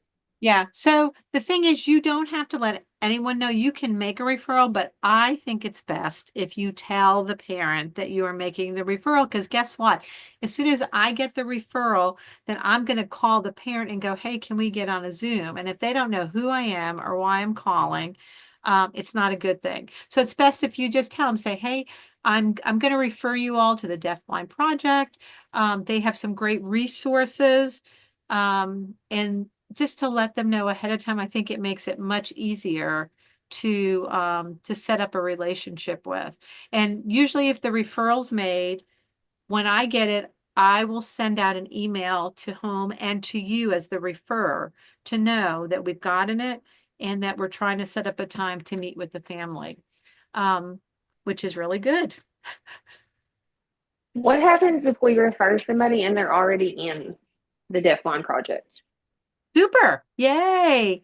I can tell right away. So if it comes in the database, it'll tell me if there's a duplicate that's already in there. So if that comes in, and usually every time we get a referral, we get a family to sign a release form that allows us to communicate with you guys. So then we can share information that maybe we have about the student that maybe you don't have. Maybe they did something with us before that you didn't know about, or maybe they were new to your district. So that allows us to kind of share information with you all. Thank you. Deanna, stop yawning. You're making me tired. Emily is from Irvin, Estill County. Don't. I know who you're Yeah. talking about. So I know Irvin really well. Well, Misty knows Irvin really well, but I'll tell you all a really funny story really quick before I know. Is he here yet? Is he ready to Yep, talk? he's Oh, good. I'll tell you quick. I grew up in New York and moved to Kentucky when I was 20. And the people and the place that I used to go to all the time was in Irvin up on Tipton Ridge, and hung out with Wilma and Wayne Wise there. And to this day, they are still great friends. And it took me a long time to understand Wayne with his accent, and he probably felt the same way about me. So I'm gonna let, hey, Robert McClendon, are you on here? He may have stepped away because I said I was going to let everybody have a 5-minute break before he talks. Oh, So, okay. Will you oh, say he hi? is. Are you here, Robert? I am. I'm not sure why my Robert. computer's freezing, but hello. Hi. All right, I'll hop off. I'm sorry I took some of your Oh time. no, you're totally fine. Totally fine. All right. Well, you all go be great people, educators, and look for those kids with both vision and hearing loss and call me for anything. Okay. Thank you all. Bye, Misty. Bye, Robert. Bye, Bye, T. Dr. Carpenter. Thank you for talking to us. Anytime. Thank you so much, Donna. We had too much fun. Hey, Robert, are you okay if we take just a 5-minute break? Absolutely. You may do whatever you need to do. I've been there. Okay. I've sat through those 4 hour Zooms. I feel you. Okay, we are going to come back at 6:43. Okay. And Robert has some wonderful things to say. We do not want to miss him. He's one of my favorite people. Okay, 6:43.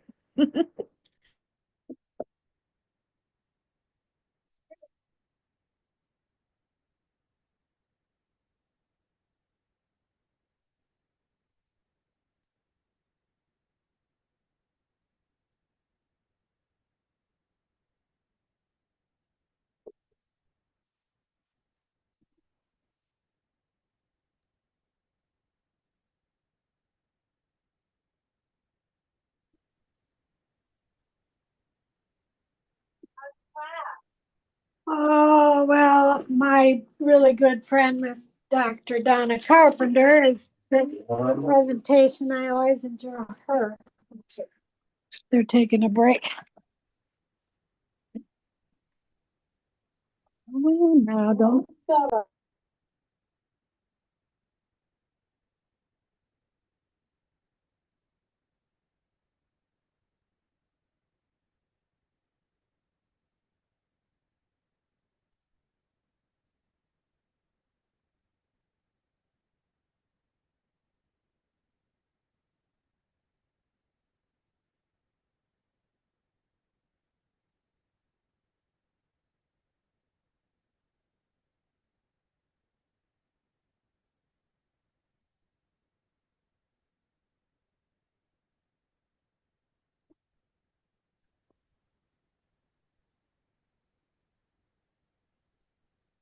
Robert, you there?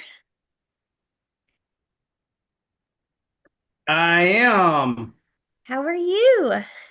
I am pretty good. As you can sound here, I'm a little under the weather, so I'm making like my 14th cup of hot tea. Oh, is it just allergies or is it like, I think it's my first year back in education. I've oh caught yeah. everything that comes across the kiddos, noses and mouths, and we have lots of runny noses and snotty noses, and it's been uh, it's been interesting. But I was telling the group from AER that this is my dream job and my dream place, so I'm pretty happy. Haven't been this happy in a long time, so. Oh, I wouldn't be anywhere else. So I love those kids, and the people I work with are pretty awesome too. So well, they are lucky to have you there. well, I appreciate that. I feel lucky to be there. So I feel like I get as much back as they give me. And you know that when you're finding a place to work, sometimes that's hard. So yeah. So It's been pretty great though. Yeah, is Dolly still liking it Yeah, there too? she loves it. She's in her natural habitat. She did, that was her background when we were in Alabama. She did residential at both the deaf school and then the multi-need school. So the Helen Keller school. So she's in her element, and those kids love her. They ask about her all the time. And when we tell them we're married, they're like, what? It's hard for them to put that together.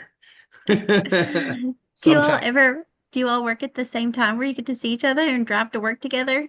No, never. But it works out. I don't know if you knew this. We're taking care of her mom now. Her mom lives with us. She's in hospice care. So if some reason I have to get up, that's because she's in the other room. So Yeah. we have professionals come in and help take care of her. She's was down in Alabama, wasn't taken very good care of. So we moved her up here about a month ago, and she lives with us now. So and it works out. Our schedules. I'm here from 3 to 11:30, and then I go to sleep, and then Dolly comes home at 11:30, and she doesn't. She's here till 3 the following day. So it actually works out pretty good schedule wise for taking care of her mom. So Well, that's good. oh. But you all don't get to see each other very much. No, Fridays and Saturdays. Really, she doesn't. Of course, the dorm's closed, and then this weekend we have the short course weekend. So we have kids coming in tomorrow night, and they're staying Saturday and leaving Sunday. So we're both working that. So we may see each other Oh, there.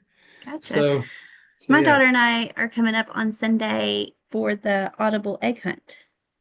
Yeah, I'm gonna try to be there for that. Yeah, I'm gonna try to be there for that because we did it when I was in Alabama.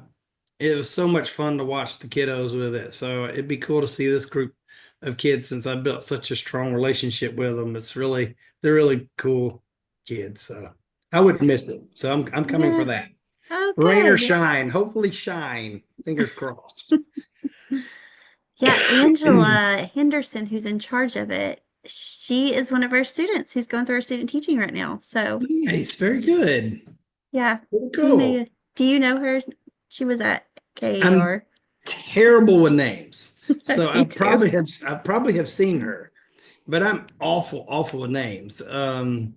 If everybody wore their name on their shirt, I would be okay with that. Because I can't. It's still taking me a while some of the adults at KSB, especially upstairs, I work with mostly elementary kids. And there's still folks because I'm so used to the school I worked at in Alabama. Everybody went by Mr. First name, so I was Mr. Robert, and plus with my last name, I mean, good heavens, so many syllables. So Mr. Robert. So I know a lot of folks by like Mr. T, but Yeah. I'm like I don't know what that means. And I don't know first names. And like they'll send group messages in a text like we have absences. Can you cover so and so? I'm like, I don't know who that is. Who is that? So then I have to ask Jess Belcher. I'm like, Jess, who is this? I don't know who this is. So I'm still learning. Yeah, I'm terrible with names, but I tell you, I can remember a face, which is Yes. super frustrating because I'm like, I know you from somewhere. I've been there before too. Like, where do I know them from? And then I cannot drop it until I go through the whole process. It will drive me insane. Yeah, yeah. And For you're like sure. me, where we travel all over the place and see all kinds of people. Right. Where's I know I've seen you from somewhere, but where? Where? Yeah. So yeah. And now because I've lived in 3 states, I'll get like friendship requests on Facebook, and I'm like, where do I know them from? Yeah. I know the name and I remember the face, but was that from here or from Alabama or is it from Yeah. Tennessee? I'm You not have sure to go where you're back, from. look at their mutual friends. Exactly. I'm like, aha. I love it. So goodness. Are you okay if I record you so Absolutely. they can go back and I'm hear? totally fine. Yeah, I'm totally fine. You may get one of my 3 furry assistants. My 3 furry assistants, Charlie, Lola, or Fussy. We're not sure if they'll pop in. Charlie I was love it. big. Yeah, they love the keyboard and the computer, and they will Charlie is smart enough to actually interact with the screen, so he may show up. We'll see. That was always my favorite part of the OMSA meetings when they like look Mhm. like they're part of your beard. Yes, yes, yes. That's my two black cats, but they're on the cat tree behind me, so I'm not sure. They may not. They're more interested in that. We'll see. And excuse my voice because it's scratchy. So if anybody doesn't understand what I'm saying, and I'm told that I talk fast in my Alabama drawl, so just tell me I'm talking too fast and ask me to repeat it. So Thanks, Robert. Well, I'm going to introduce you and you can add in all. So I sure, met Robert about, I don't know, 3 years ago. When did we meet? that At sounds about ECC right. week. Mhm. You were up just observing it. Robert retired as the academic director of the Alabama Deafblind School. Mhm. Yes. And then he moved to Kentucky and he worked for the Helen Keller National Center as a job coach. Did I say that right? Yep, job coach. It's called Deaf Blind Employment Specialist, which There is you go. I just a knew it. job coach. So I knew I was um, saying it wrong. no, no, you're totally fine. I never understood really. I did that for 3.5 years, really what my job was. So you're good.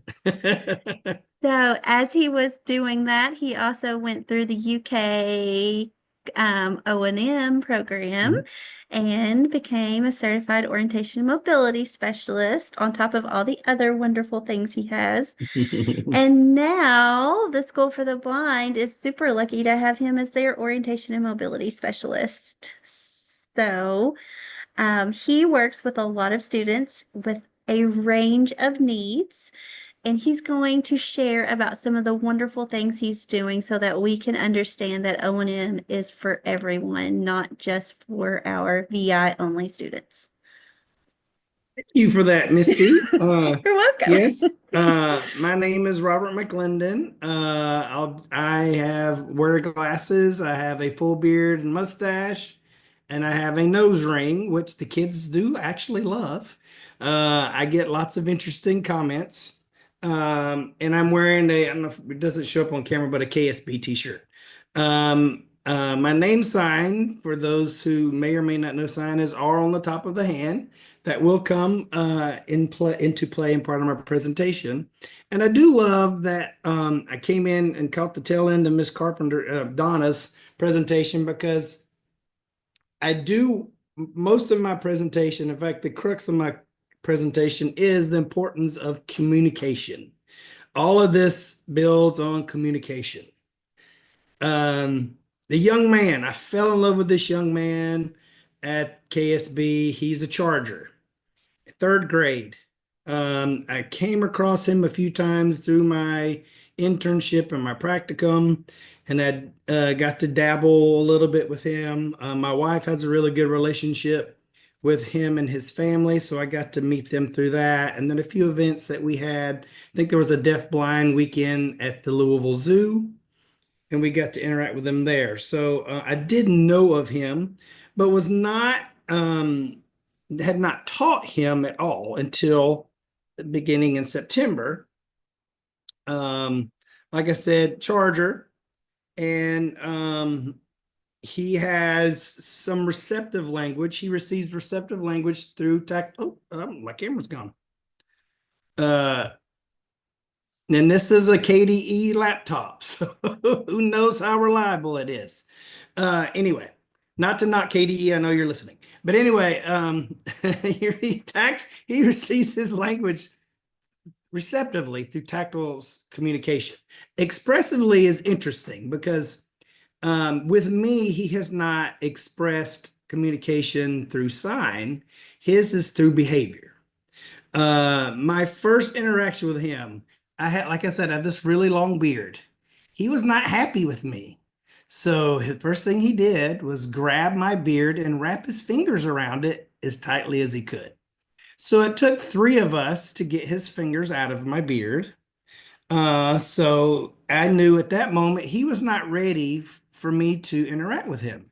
So I backed off, and probably about 2 weeks later, this young man, after lots of me just casual interactions, I would come in underhand. I would introduce myself. This is Robert. You want to walk together? And if he wanted to, he would respond. If he didn't want to, then I just left him alone. So about, I say a month or so into this kind of back and forth, I walked in one morning and I, put my hand under his hand and I said, "Good morning. This is Robert." I signed my name and I said, "Do you want to walk with me?" And he popped up and we've been best friends ever since. So, and he, not that he doesn't get frustrated with me, because again, this morning he was, I don't know who heard the last bit of conversation that Misty and I had about runny noses and stuffy heads and coughing and sneezing. I think that's still running rampant around school.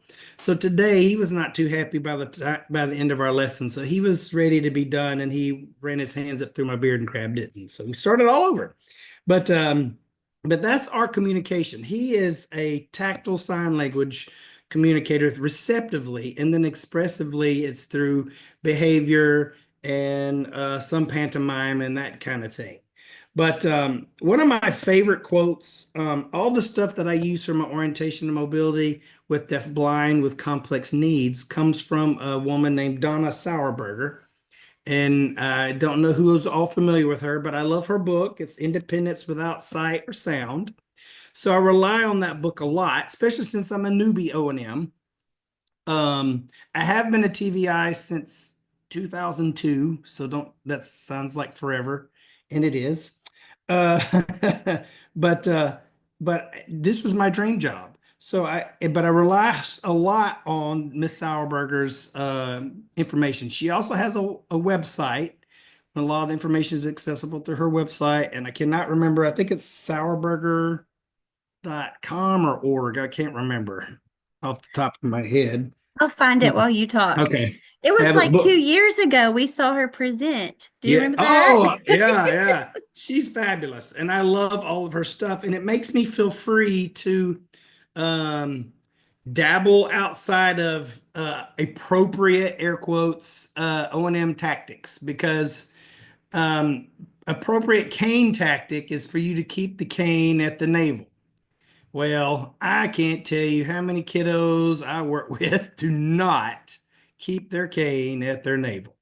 So, and especially with a kid like my little deaf blind charger, um, he puts it, I think the other day he had it up under his shirt. I'm not sure how he managed that while we were working, but he did. So I do like the fact that she is more adapted, especially for our complex needs individuals. But one of my quotes that I like about her that she says is, "The world of a deafblind person does not extend beyond the reach of his or her hands or feet." Now, the reason why she said that is because it's twofold. It's twofold. That's what we think. We think that their world doesn't extend beyond the reach of their hands or feet, and it is true to one point. And the fact that that's how they receive and express communication, especially if they're a tactile signer. And this communication is established only over time, like I was mentioning earlier, through a relationship or rapport you have with the student. That's important. If you don't have that relationship, they're not going to receive communication from you regardless of their ability. And they must trust you. We get so many kids that they have such bad home lives, and they've had bad situations, um, worse than you can possibly imagine. And so they don't trust people. So you have to build trust. And then you have to determine what kind of communication is best. For my young charger, it's tactile sign language, but it could be just regular sign language, ASL. It could be verbal communication. It could be a pantomime, and it could even be homemade signs. There's a lot of kids that don't have formal communication, and they have their own sign system that you have to learn and kind of adapt with. Outside of tactile ASL, excuse me, I'm so sorry. I use a lot of haptic communication that I learned when I was collaborated with the Deaf Blind Project, and also through a group out of Norway that the Helen Keller National Center partnered with, and they developed a book for haptic communication. There's also an app if you're interested in that. We can I'll get with Miss Misty about the app. The app's harder to find in the App Store, but it's some of it's Norwegian and some of it's American, and we of course use the American signs. But I use my name sign with my young charger. I use yes, or actually you saw in the video that Miss Adana and Corinne used yes, tapping, and then swiping is no. So yes, this is a reassurance, and then no would be swiping like that. Forward, which is basically just the karate chop in the back, and I just keep that tapping. And I forgot to mention with my charger, I do these signs in basically the center of his back. If for some reason he's wearing a hoodie, and kids do, I kind of go to the left of the hoodie because the hoodie is kind of muffling my signs.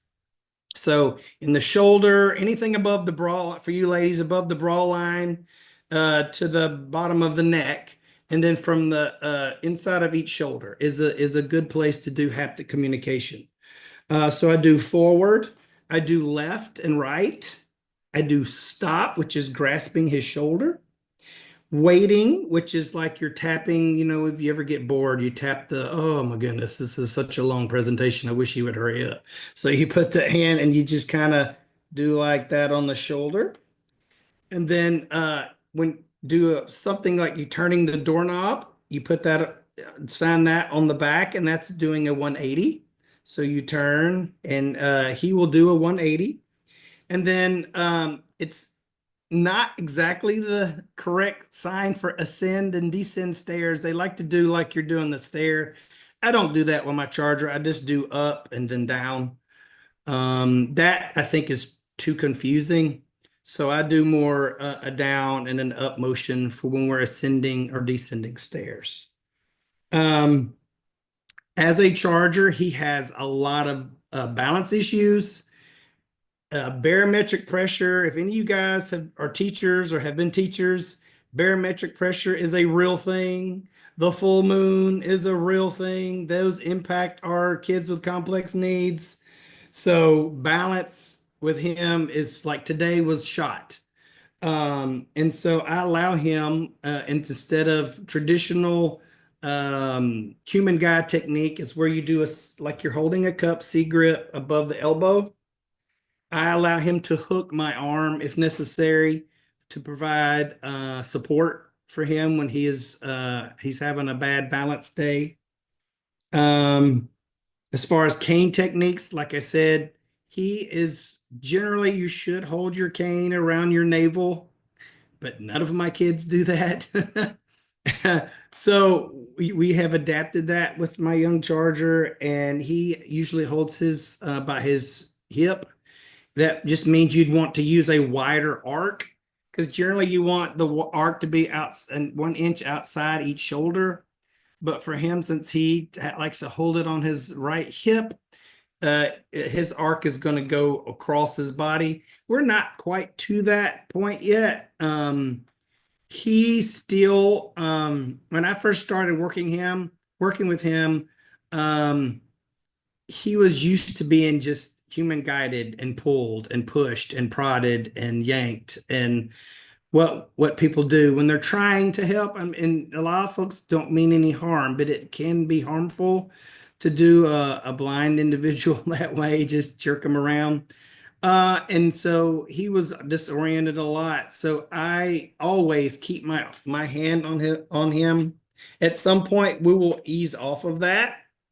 And when I first started working with him, I had my hand on his back, and he liked to hold my other hand with his loose hand, just because he didn't trust me. But over time, and this is probably since I've been working with him since the beginning of the school year, well, of the calendar year He's not holding on to my hand as much as he wants, and he's trusting my hand on his back. So again, constant, while we're doing that, he's doing constant contact where the cane never leaves the floor. And for the most part, he's pushing it. And that's not what we want, but that's a good start for him. And again, because of that type of technique, we want to make sure he's using a gliding tip. If anyone knows about tips, there's like a dozen different tips for canes. Some glide better than others. So we are using a roller marshmallow tip for him. There's a ball tip that's very heavy. We didn't use, yes, thank you.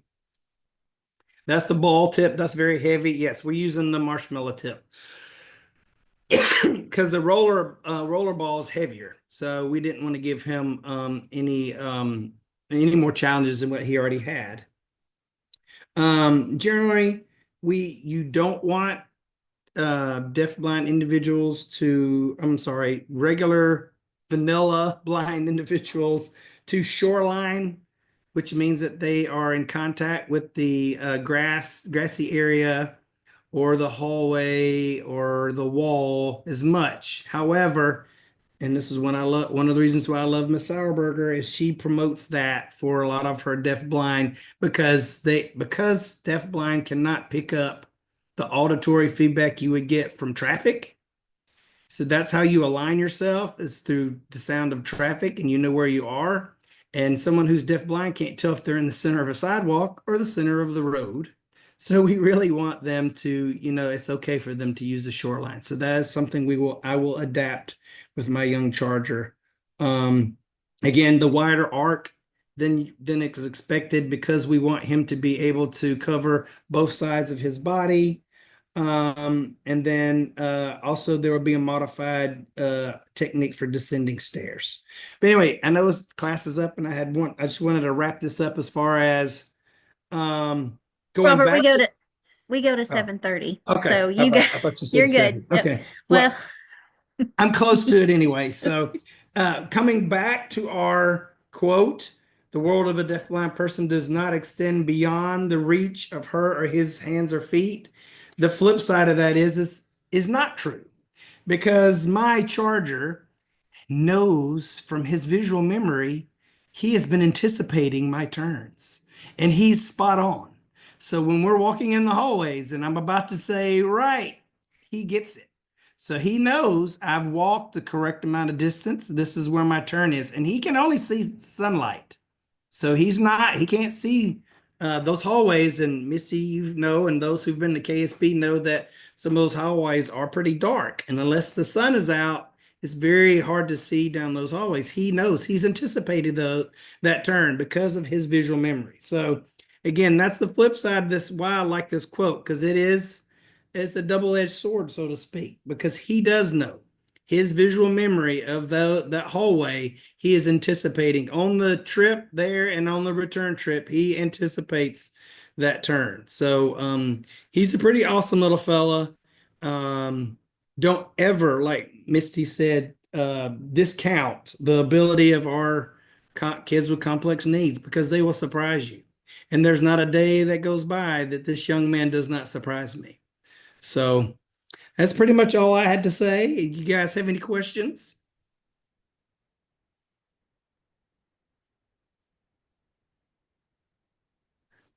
This is Olivia. I have a question. So when did he start learning to use a cane?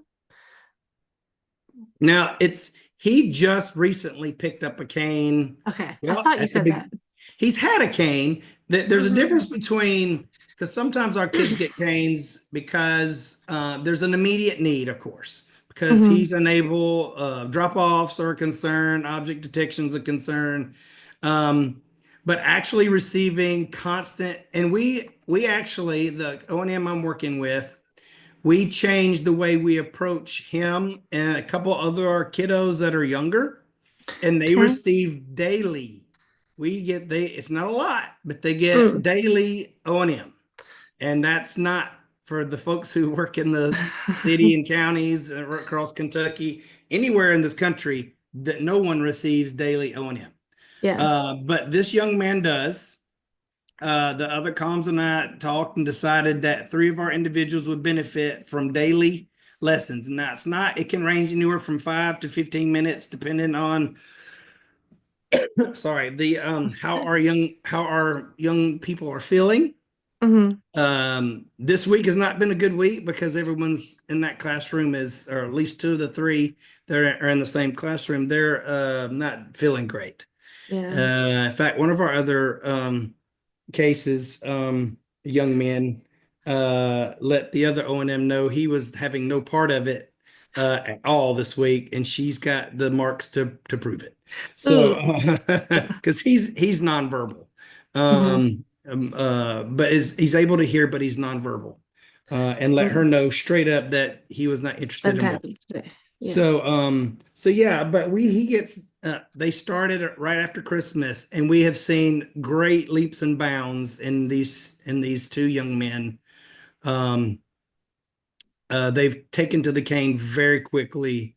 Both Oh. hold the cane in front of them for the most part. We're still working on trying to get them to do an arc, but again, considering where they were, this has been great progress for both of them. Yeah. And it helps to have, because we have 3 comms at KSB, Okay. and we all stay very, very busy. Mm. So, Yeah. but it helps. Cool. And then this is just because I know I don't know very much at all about O&M. When he's not working with you, he keeps his cane with him, and does the Yes. teacher give him The guidance or? teacher in that classroom is also, she's not working as a comms, but she has the degree, and she Huh. does comms work or orientation mobility work with, I know, another one of the students in her class. And so they basically, and I meet with them every time I'm done with my young man. There's a deafblind intervener in the classroom that's deaf. So she and I Mm. communicate. She's who works with him mostly. So I always communicate with her what I've been working. I show her what I've been doing. She knows the haptic signals that I've been using with this young man. So they will use Huh. those. So it's all kind of uh, immersive Yeah. for this young man. So yeah, Okay. All right. Great. Thank you. sure. Robert, it's Misty. Can you tell me, and maybe you can share with the class too? I feel like besides the school for the blind or even the school for the deaf, that a lot of our students do not receive O&M that have complex needs. Because I think people don't think they're cognitively capable of handling a cane. Um, Yep. and I know some of it is because we have like one O&M that's working 6 districts and they're Mhm. focusing on the like greater need. But could you explain maybe why it's important, why you think it's important for our students, all students to get it that need it, why they need it? That's a very loaded question for someone who's new to this field and new to the state of Kentucky. Um, I don't, I think if anyone in this room has worked with kids with complex needs, I think there's just a fear in general. I love kids with complex needs. Those are the ones I was drawn to from an early part of my career. Um, the successes are smaller, for lack of a better term, but they are way more impactful. This is probably why I like it. That sounds selfish because that's why I like it.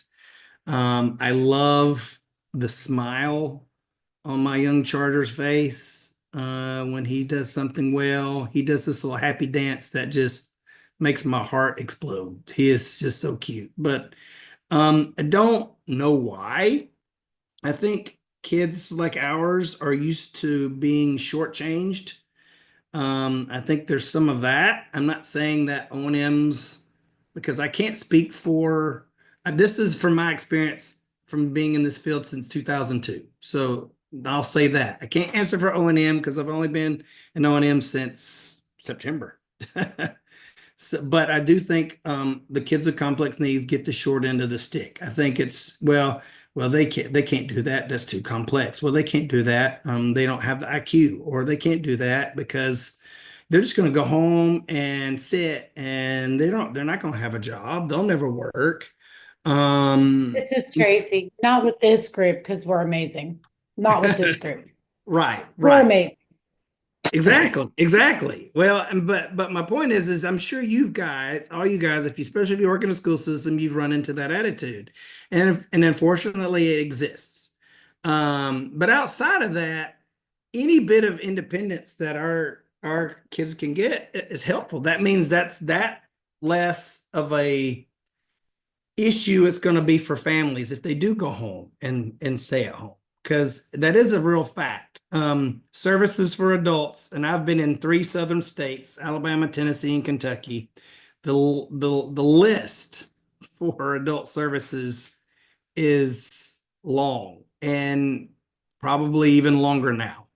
And it's uncertain too because of the current climate. So I just any bit of independence our kids and young people can get is going to be beneficial for them in the future. So the sooner we start that, the better. One of my favorite quotes or stats is it takes 7 times longer to unlearn something than it does to learn it. But that refers to habits, bad habits. Our kids get into bad habits, and once those bad habits are in there, they're virtually impossible to get rid of. So I think starting early, and that was our goal with the other comms and I with these 3 individuals. They're both 3rd grade and younger. So we thought we would grab them early and start these skills now. And we were very confident that we would see an impact, and we have. And it's not even April. So 3 months in, these kids have made huge strides. So it goes to show you they are capable, and it will pay off in the long run for their independence and for their families and for whatever placement they may receive when they finish school. So I don't know if I rambled or not, Misty, but that's my little 2 cents. Love it. I love it. I hate when I go into schools and people are like, I'm not even going to refer them to an O&M because they're not going to qualify because they have, Send them to me. multiple. Well, I'd love to. And my other favorite myth that I love is they're a runner, so we don't want them to know how to leave.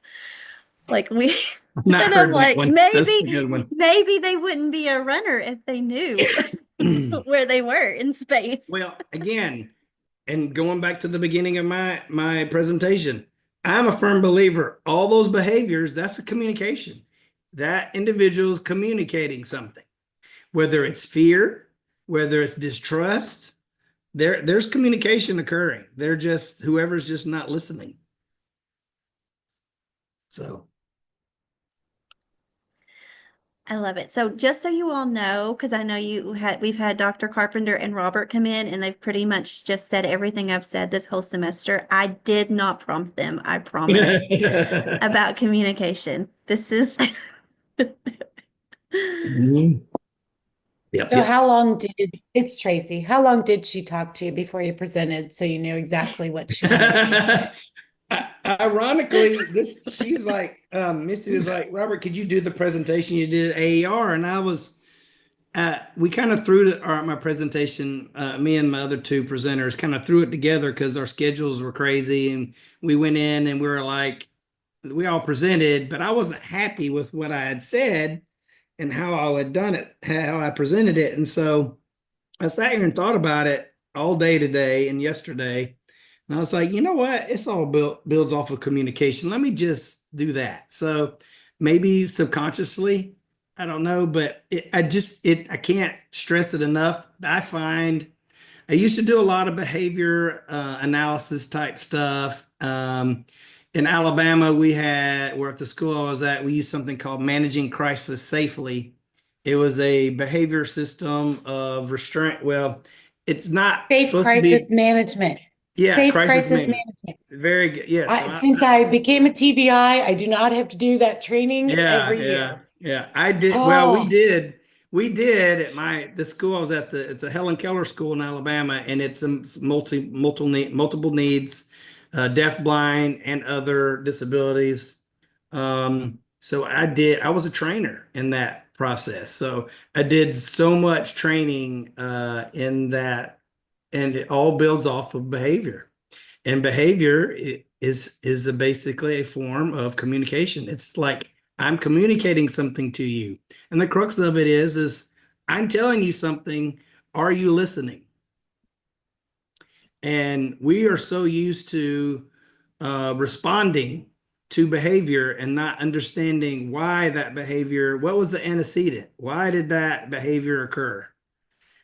And there's usually a reason why. And the astute individual, every and I'm once not, in a while there is not. no, that is true. Yeah, I'm Every not going once to, in a while, right. they just don't know what they know, What? they And it just, also may be a behavior that's irrelevant. It may not be it may not, or reason. It may not be a good reason, but it's still a reason. I don't want to do the work. It's still, there's still well, some of that. but then there's some issues mentally that sometimes the behavior just happens, not very often, but I've had a couple of those where there's no rhyme or reason. Well, you do have But what we call the I MAH agree with you. kids. I'm not disagreeing. I'm not disagreeing. I'm just saying. Right. Well, I did have a few kids that I would call the MAH kids that was just mean as heck kids that were just they would just do things to spite things. And so you're gonna have some of that. But anyway, yes. So I do find, and so I do think that Misty is on to something. And again, a lot of it, you're gonna come across that a lot of the communication is happening. And are we just listening or not? And so I found that over my 3 months with this young man that it's just been really cool. And he does communicate with me. Like today, he was tired of walking, so he's like, "I'm gonna grab a handful of your beard," and it took me and his intervener to get him out of it. So so anyway, it's really cool, and I love it. And I think and if you guys really want to, and I stress that if you want to, and you can use it with kids who are hearing, is the haptic touch communication. It's a game changer. It is especially if kids are tolerate touch. Not every kid tolerates touch, but if they do, it is a amazing tool to add to your box of tricks. And I know Misty included the website or the app, Haptico. And then there's a book, and I love it. It is a really cool, it's been my favorite tool that I've added to my bag of tricks. And it's been, again, like I said, a game changer. So it's ironic. The reason why I missed your presentation was because I was presenting on the communication matrix. I would have loved to have been there. So I'm so grateful you came and talked so I could hear what I missed. It was awesome. Does anybody have any questions for Robert? He's a wealth of knowledge. Thank you. Appreciate that. The sweetest guy you'll ever meet.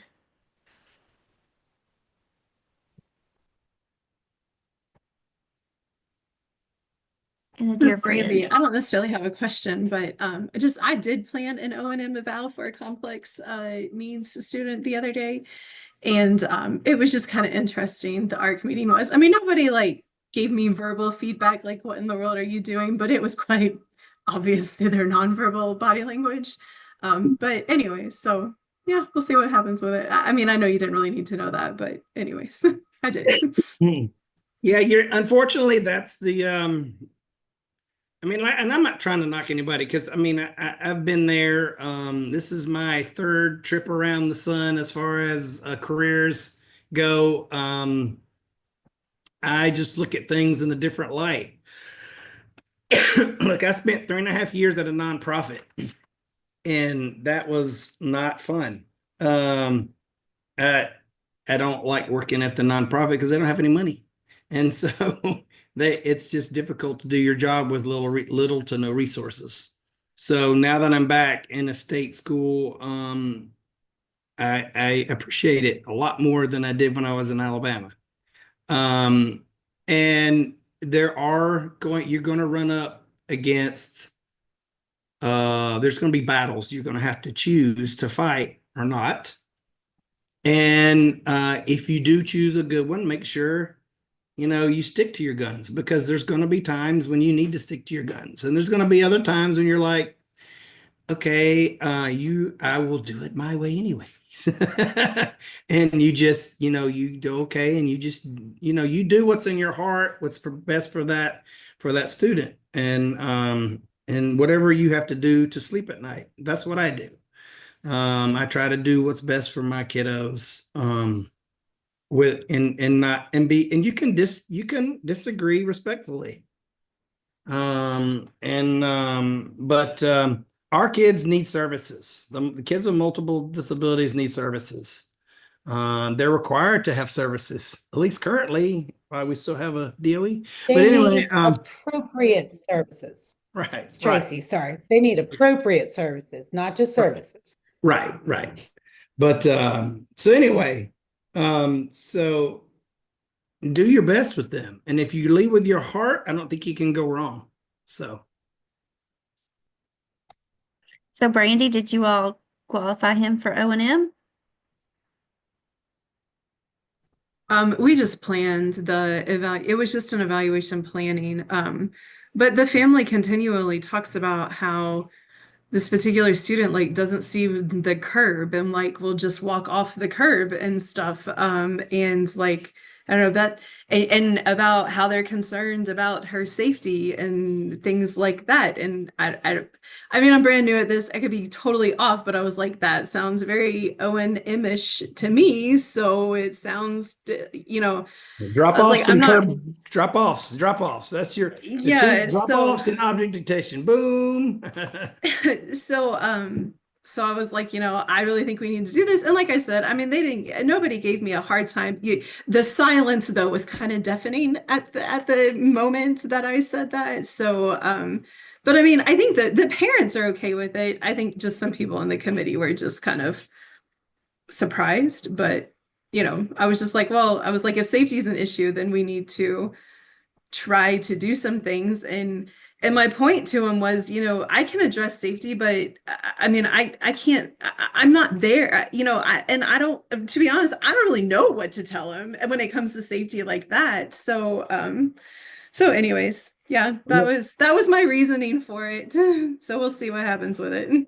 The fact that you're advocating is fantastic, and just keep advocating. That's the best you can do. At the end of the day, they're gonna, do what they're gonna do. But you advocate. Yeah. And safety is a great way to do it. And again, the two most important things that I always use for the justification for orientation mobility is drop offs, because that indicates there's a depth perception issue, and then field of vision issues for object detection. So those are no brainers. So if a kid's tripping off of the curb, that means that they're having depth perception issues, and they need a cane. So they need cane skills. So, I mean, you just say they're going to get hurt, it's a lawsuit.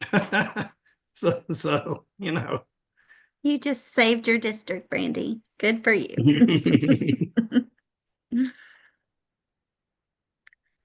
Anybody else have any questions for Robert before we get off here tonight? No?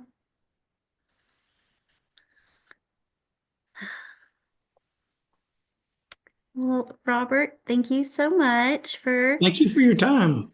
dropping in and sharing your knowledge. Like I said, he's one of my favorite people. You all, and when you see him at KSB, he may not remember your name, but you should still come up and say hi to him. I'm so bad with names. I'm so sorry. Don't take it personally, please. I'm going to tell you we met in Tennessee. That'll be fine. I'll believe it. Lord. I was only there for a year. I enjoyed it, but it's expensive. Kentucky's so much better. Well, we're lucky we have you in Kentucky, so. I love it here. Mhm. Alrighty, well, thank you, Robert.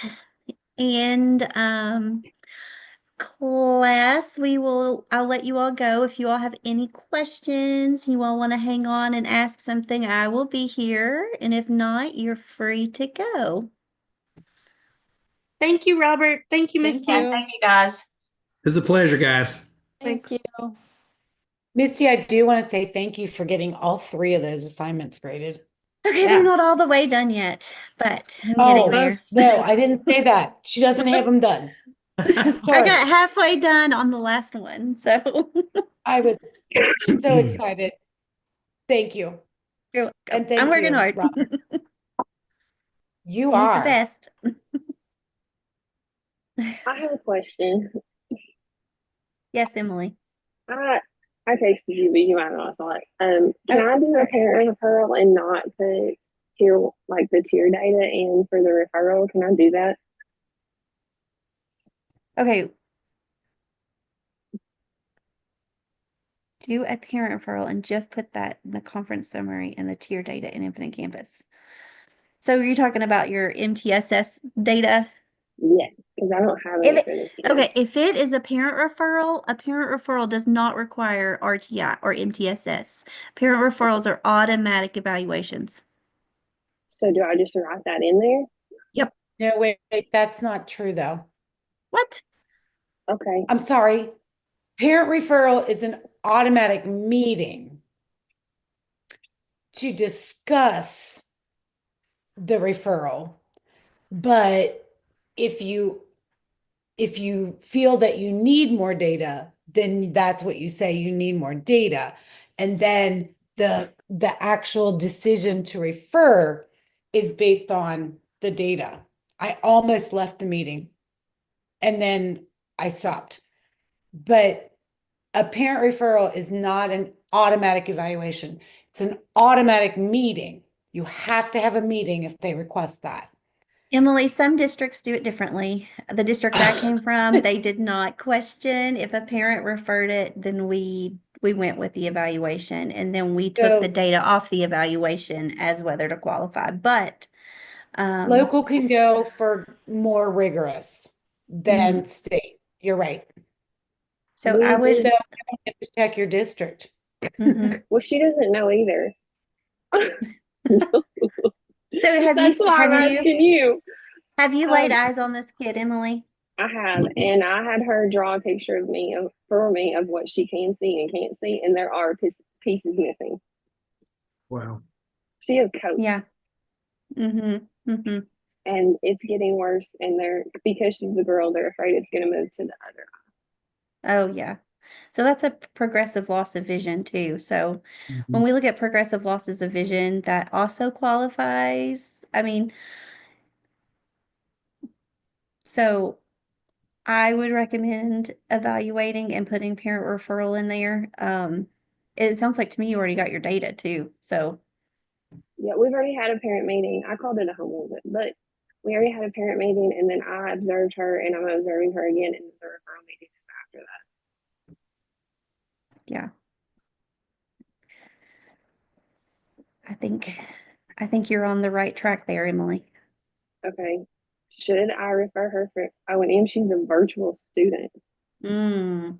That's a hard one, but O&M can still take place in the home too, because it's like community home school. So, I would. Do you all have an O&M currently? Nope. Okay, so I would reach out to Kevin. I already sent him a referral to do the O&M eval for the charge student. Yeah, good. Good. So maybe he can do them both when he comes down. That would be great. I need him to do. Should I have him doing assistive technology on her too, since she's losing pieces? Or If you think that's needed. I mean, if you even are thinking it, I would do it. okay, I'm just concerned that she's gonna need some more as we transition into Braille, because she's gonna need it. that she may need some auditory in like between that. Does that make sense? Yeah. I That's not think, on the virtual um, program.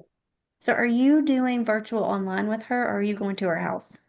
Her mom works at a place.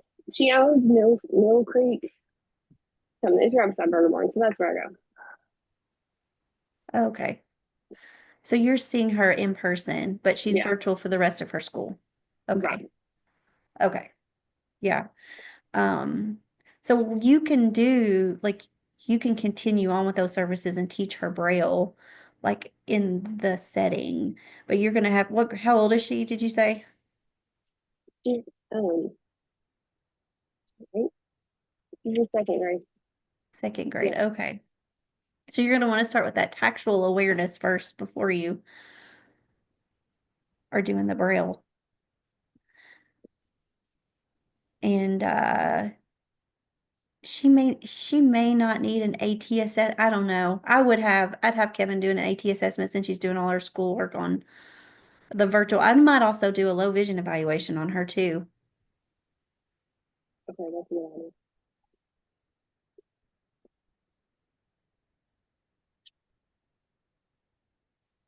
Okay. I have another question. Okay. I have a kid who's deafblind, he has ushers. How do I know how much he can hear myself? Okay. Does the student receive services from a teacher for the deaf or hard of hearing? They're supposed to, but we don't have one of those Okay. either. I'm out here by Robert, myself. I'm not gonna Robert, lie. this is the county that I grew up in. So Wow. Sorry. okay, so Gina is really good. Does Gina know this situation? She knows that I have one with ushers. Okay, first of all, have you identified them with the Deafblind Project? That would be the first thing I would do. I'm gonna do that tomorrow. Okay, do that tonight. Like, Oh, and okay. then call Donna Carpenter. I will give you her email. I'll send it I to you have in her email. email. Okay, I have her email email. her and say, I need help with this student, and they will come Okay. in and help you. Okay, I can do that. Yes. Okay. See, aren't you glad Donna was in the meeting? Yes, I was like, can I ask you a lot of questions at the very end? There you go. Because I went to do the referrals before and then it said parent info and I was like, do I need to tell him? Or do I need to ask him? Always, okay. always best if you do, but like I said, it's if like they have the parent, like Brandy. Robert knows this. Rosa knows Brandy well. Like she's a very great family advocate.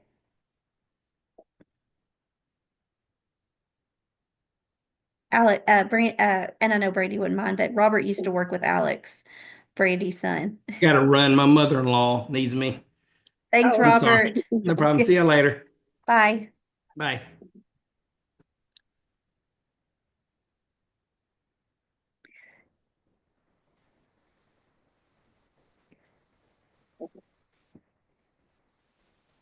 So Emily, you have a plan? I have a plan now, yes. Okay, good. Thank you so much. You're welcome. What? I think pajamas is a good idea. Okay, I'm gonna go. Thank Okay, you. you're welcome. I think pajamas are a good idea too.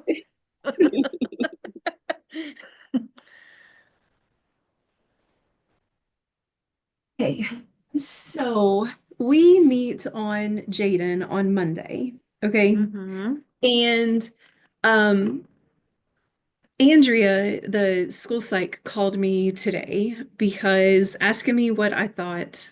His IQ came out to be a 55. Okay. But she gave all parts of the IQ assessment, not Mhm. like the visual parts as well. Okay. And so she was asking me, well, first she was asking me what I thought about that. And I had told her that, like, to be honest, had she told me that yesterday, I probably would have been like, I'm not so sure about that. Just being point blank. Like, I would have thought that would have been low. But earlier today, I was working on his stuff, and his communication report and his OT report is already uploaded in Infinite. And his core language is a 55, and his VMI is like a 56 or something like that. So I was like, that totally aligns with Mhm. those two evaluations. So I told her, I was like, so I'm tempted, so that kind of leads me to think, no, that's probably pretty accurate. But she said if she takes out the visual components, that it's like a 70. So my question to you is, it's in the 70s. I don't know that it is a 70, but it's in the 70s. No, she said 70 because she said that puts him MMD. So it had to be 70. So my like what do you do with those cognitive scores? A tough question. Cognitive scores are never accurate for our students with VI, like never Yeah. accurate. Okay. Unfortunately for Jaden, I feel like he has other things going on besides just vision. Like vision is a big part of the puzzle, but it's like Yes. one piece of the puzzle. Absolutely. That traumatic brain injury has impacted lots of other parts of his, cognitive functioning Right. as well. Okay, let me stop. Let me stop recording. Okay. Why am I still recording? Okay.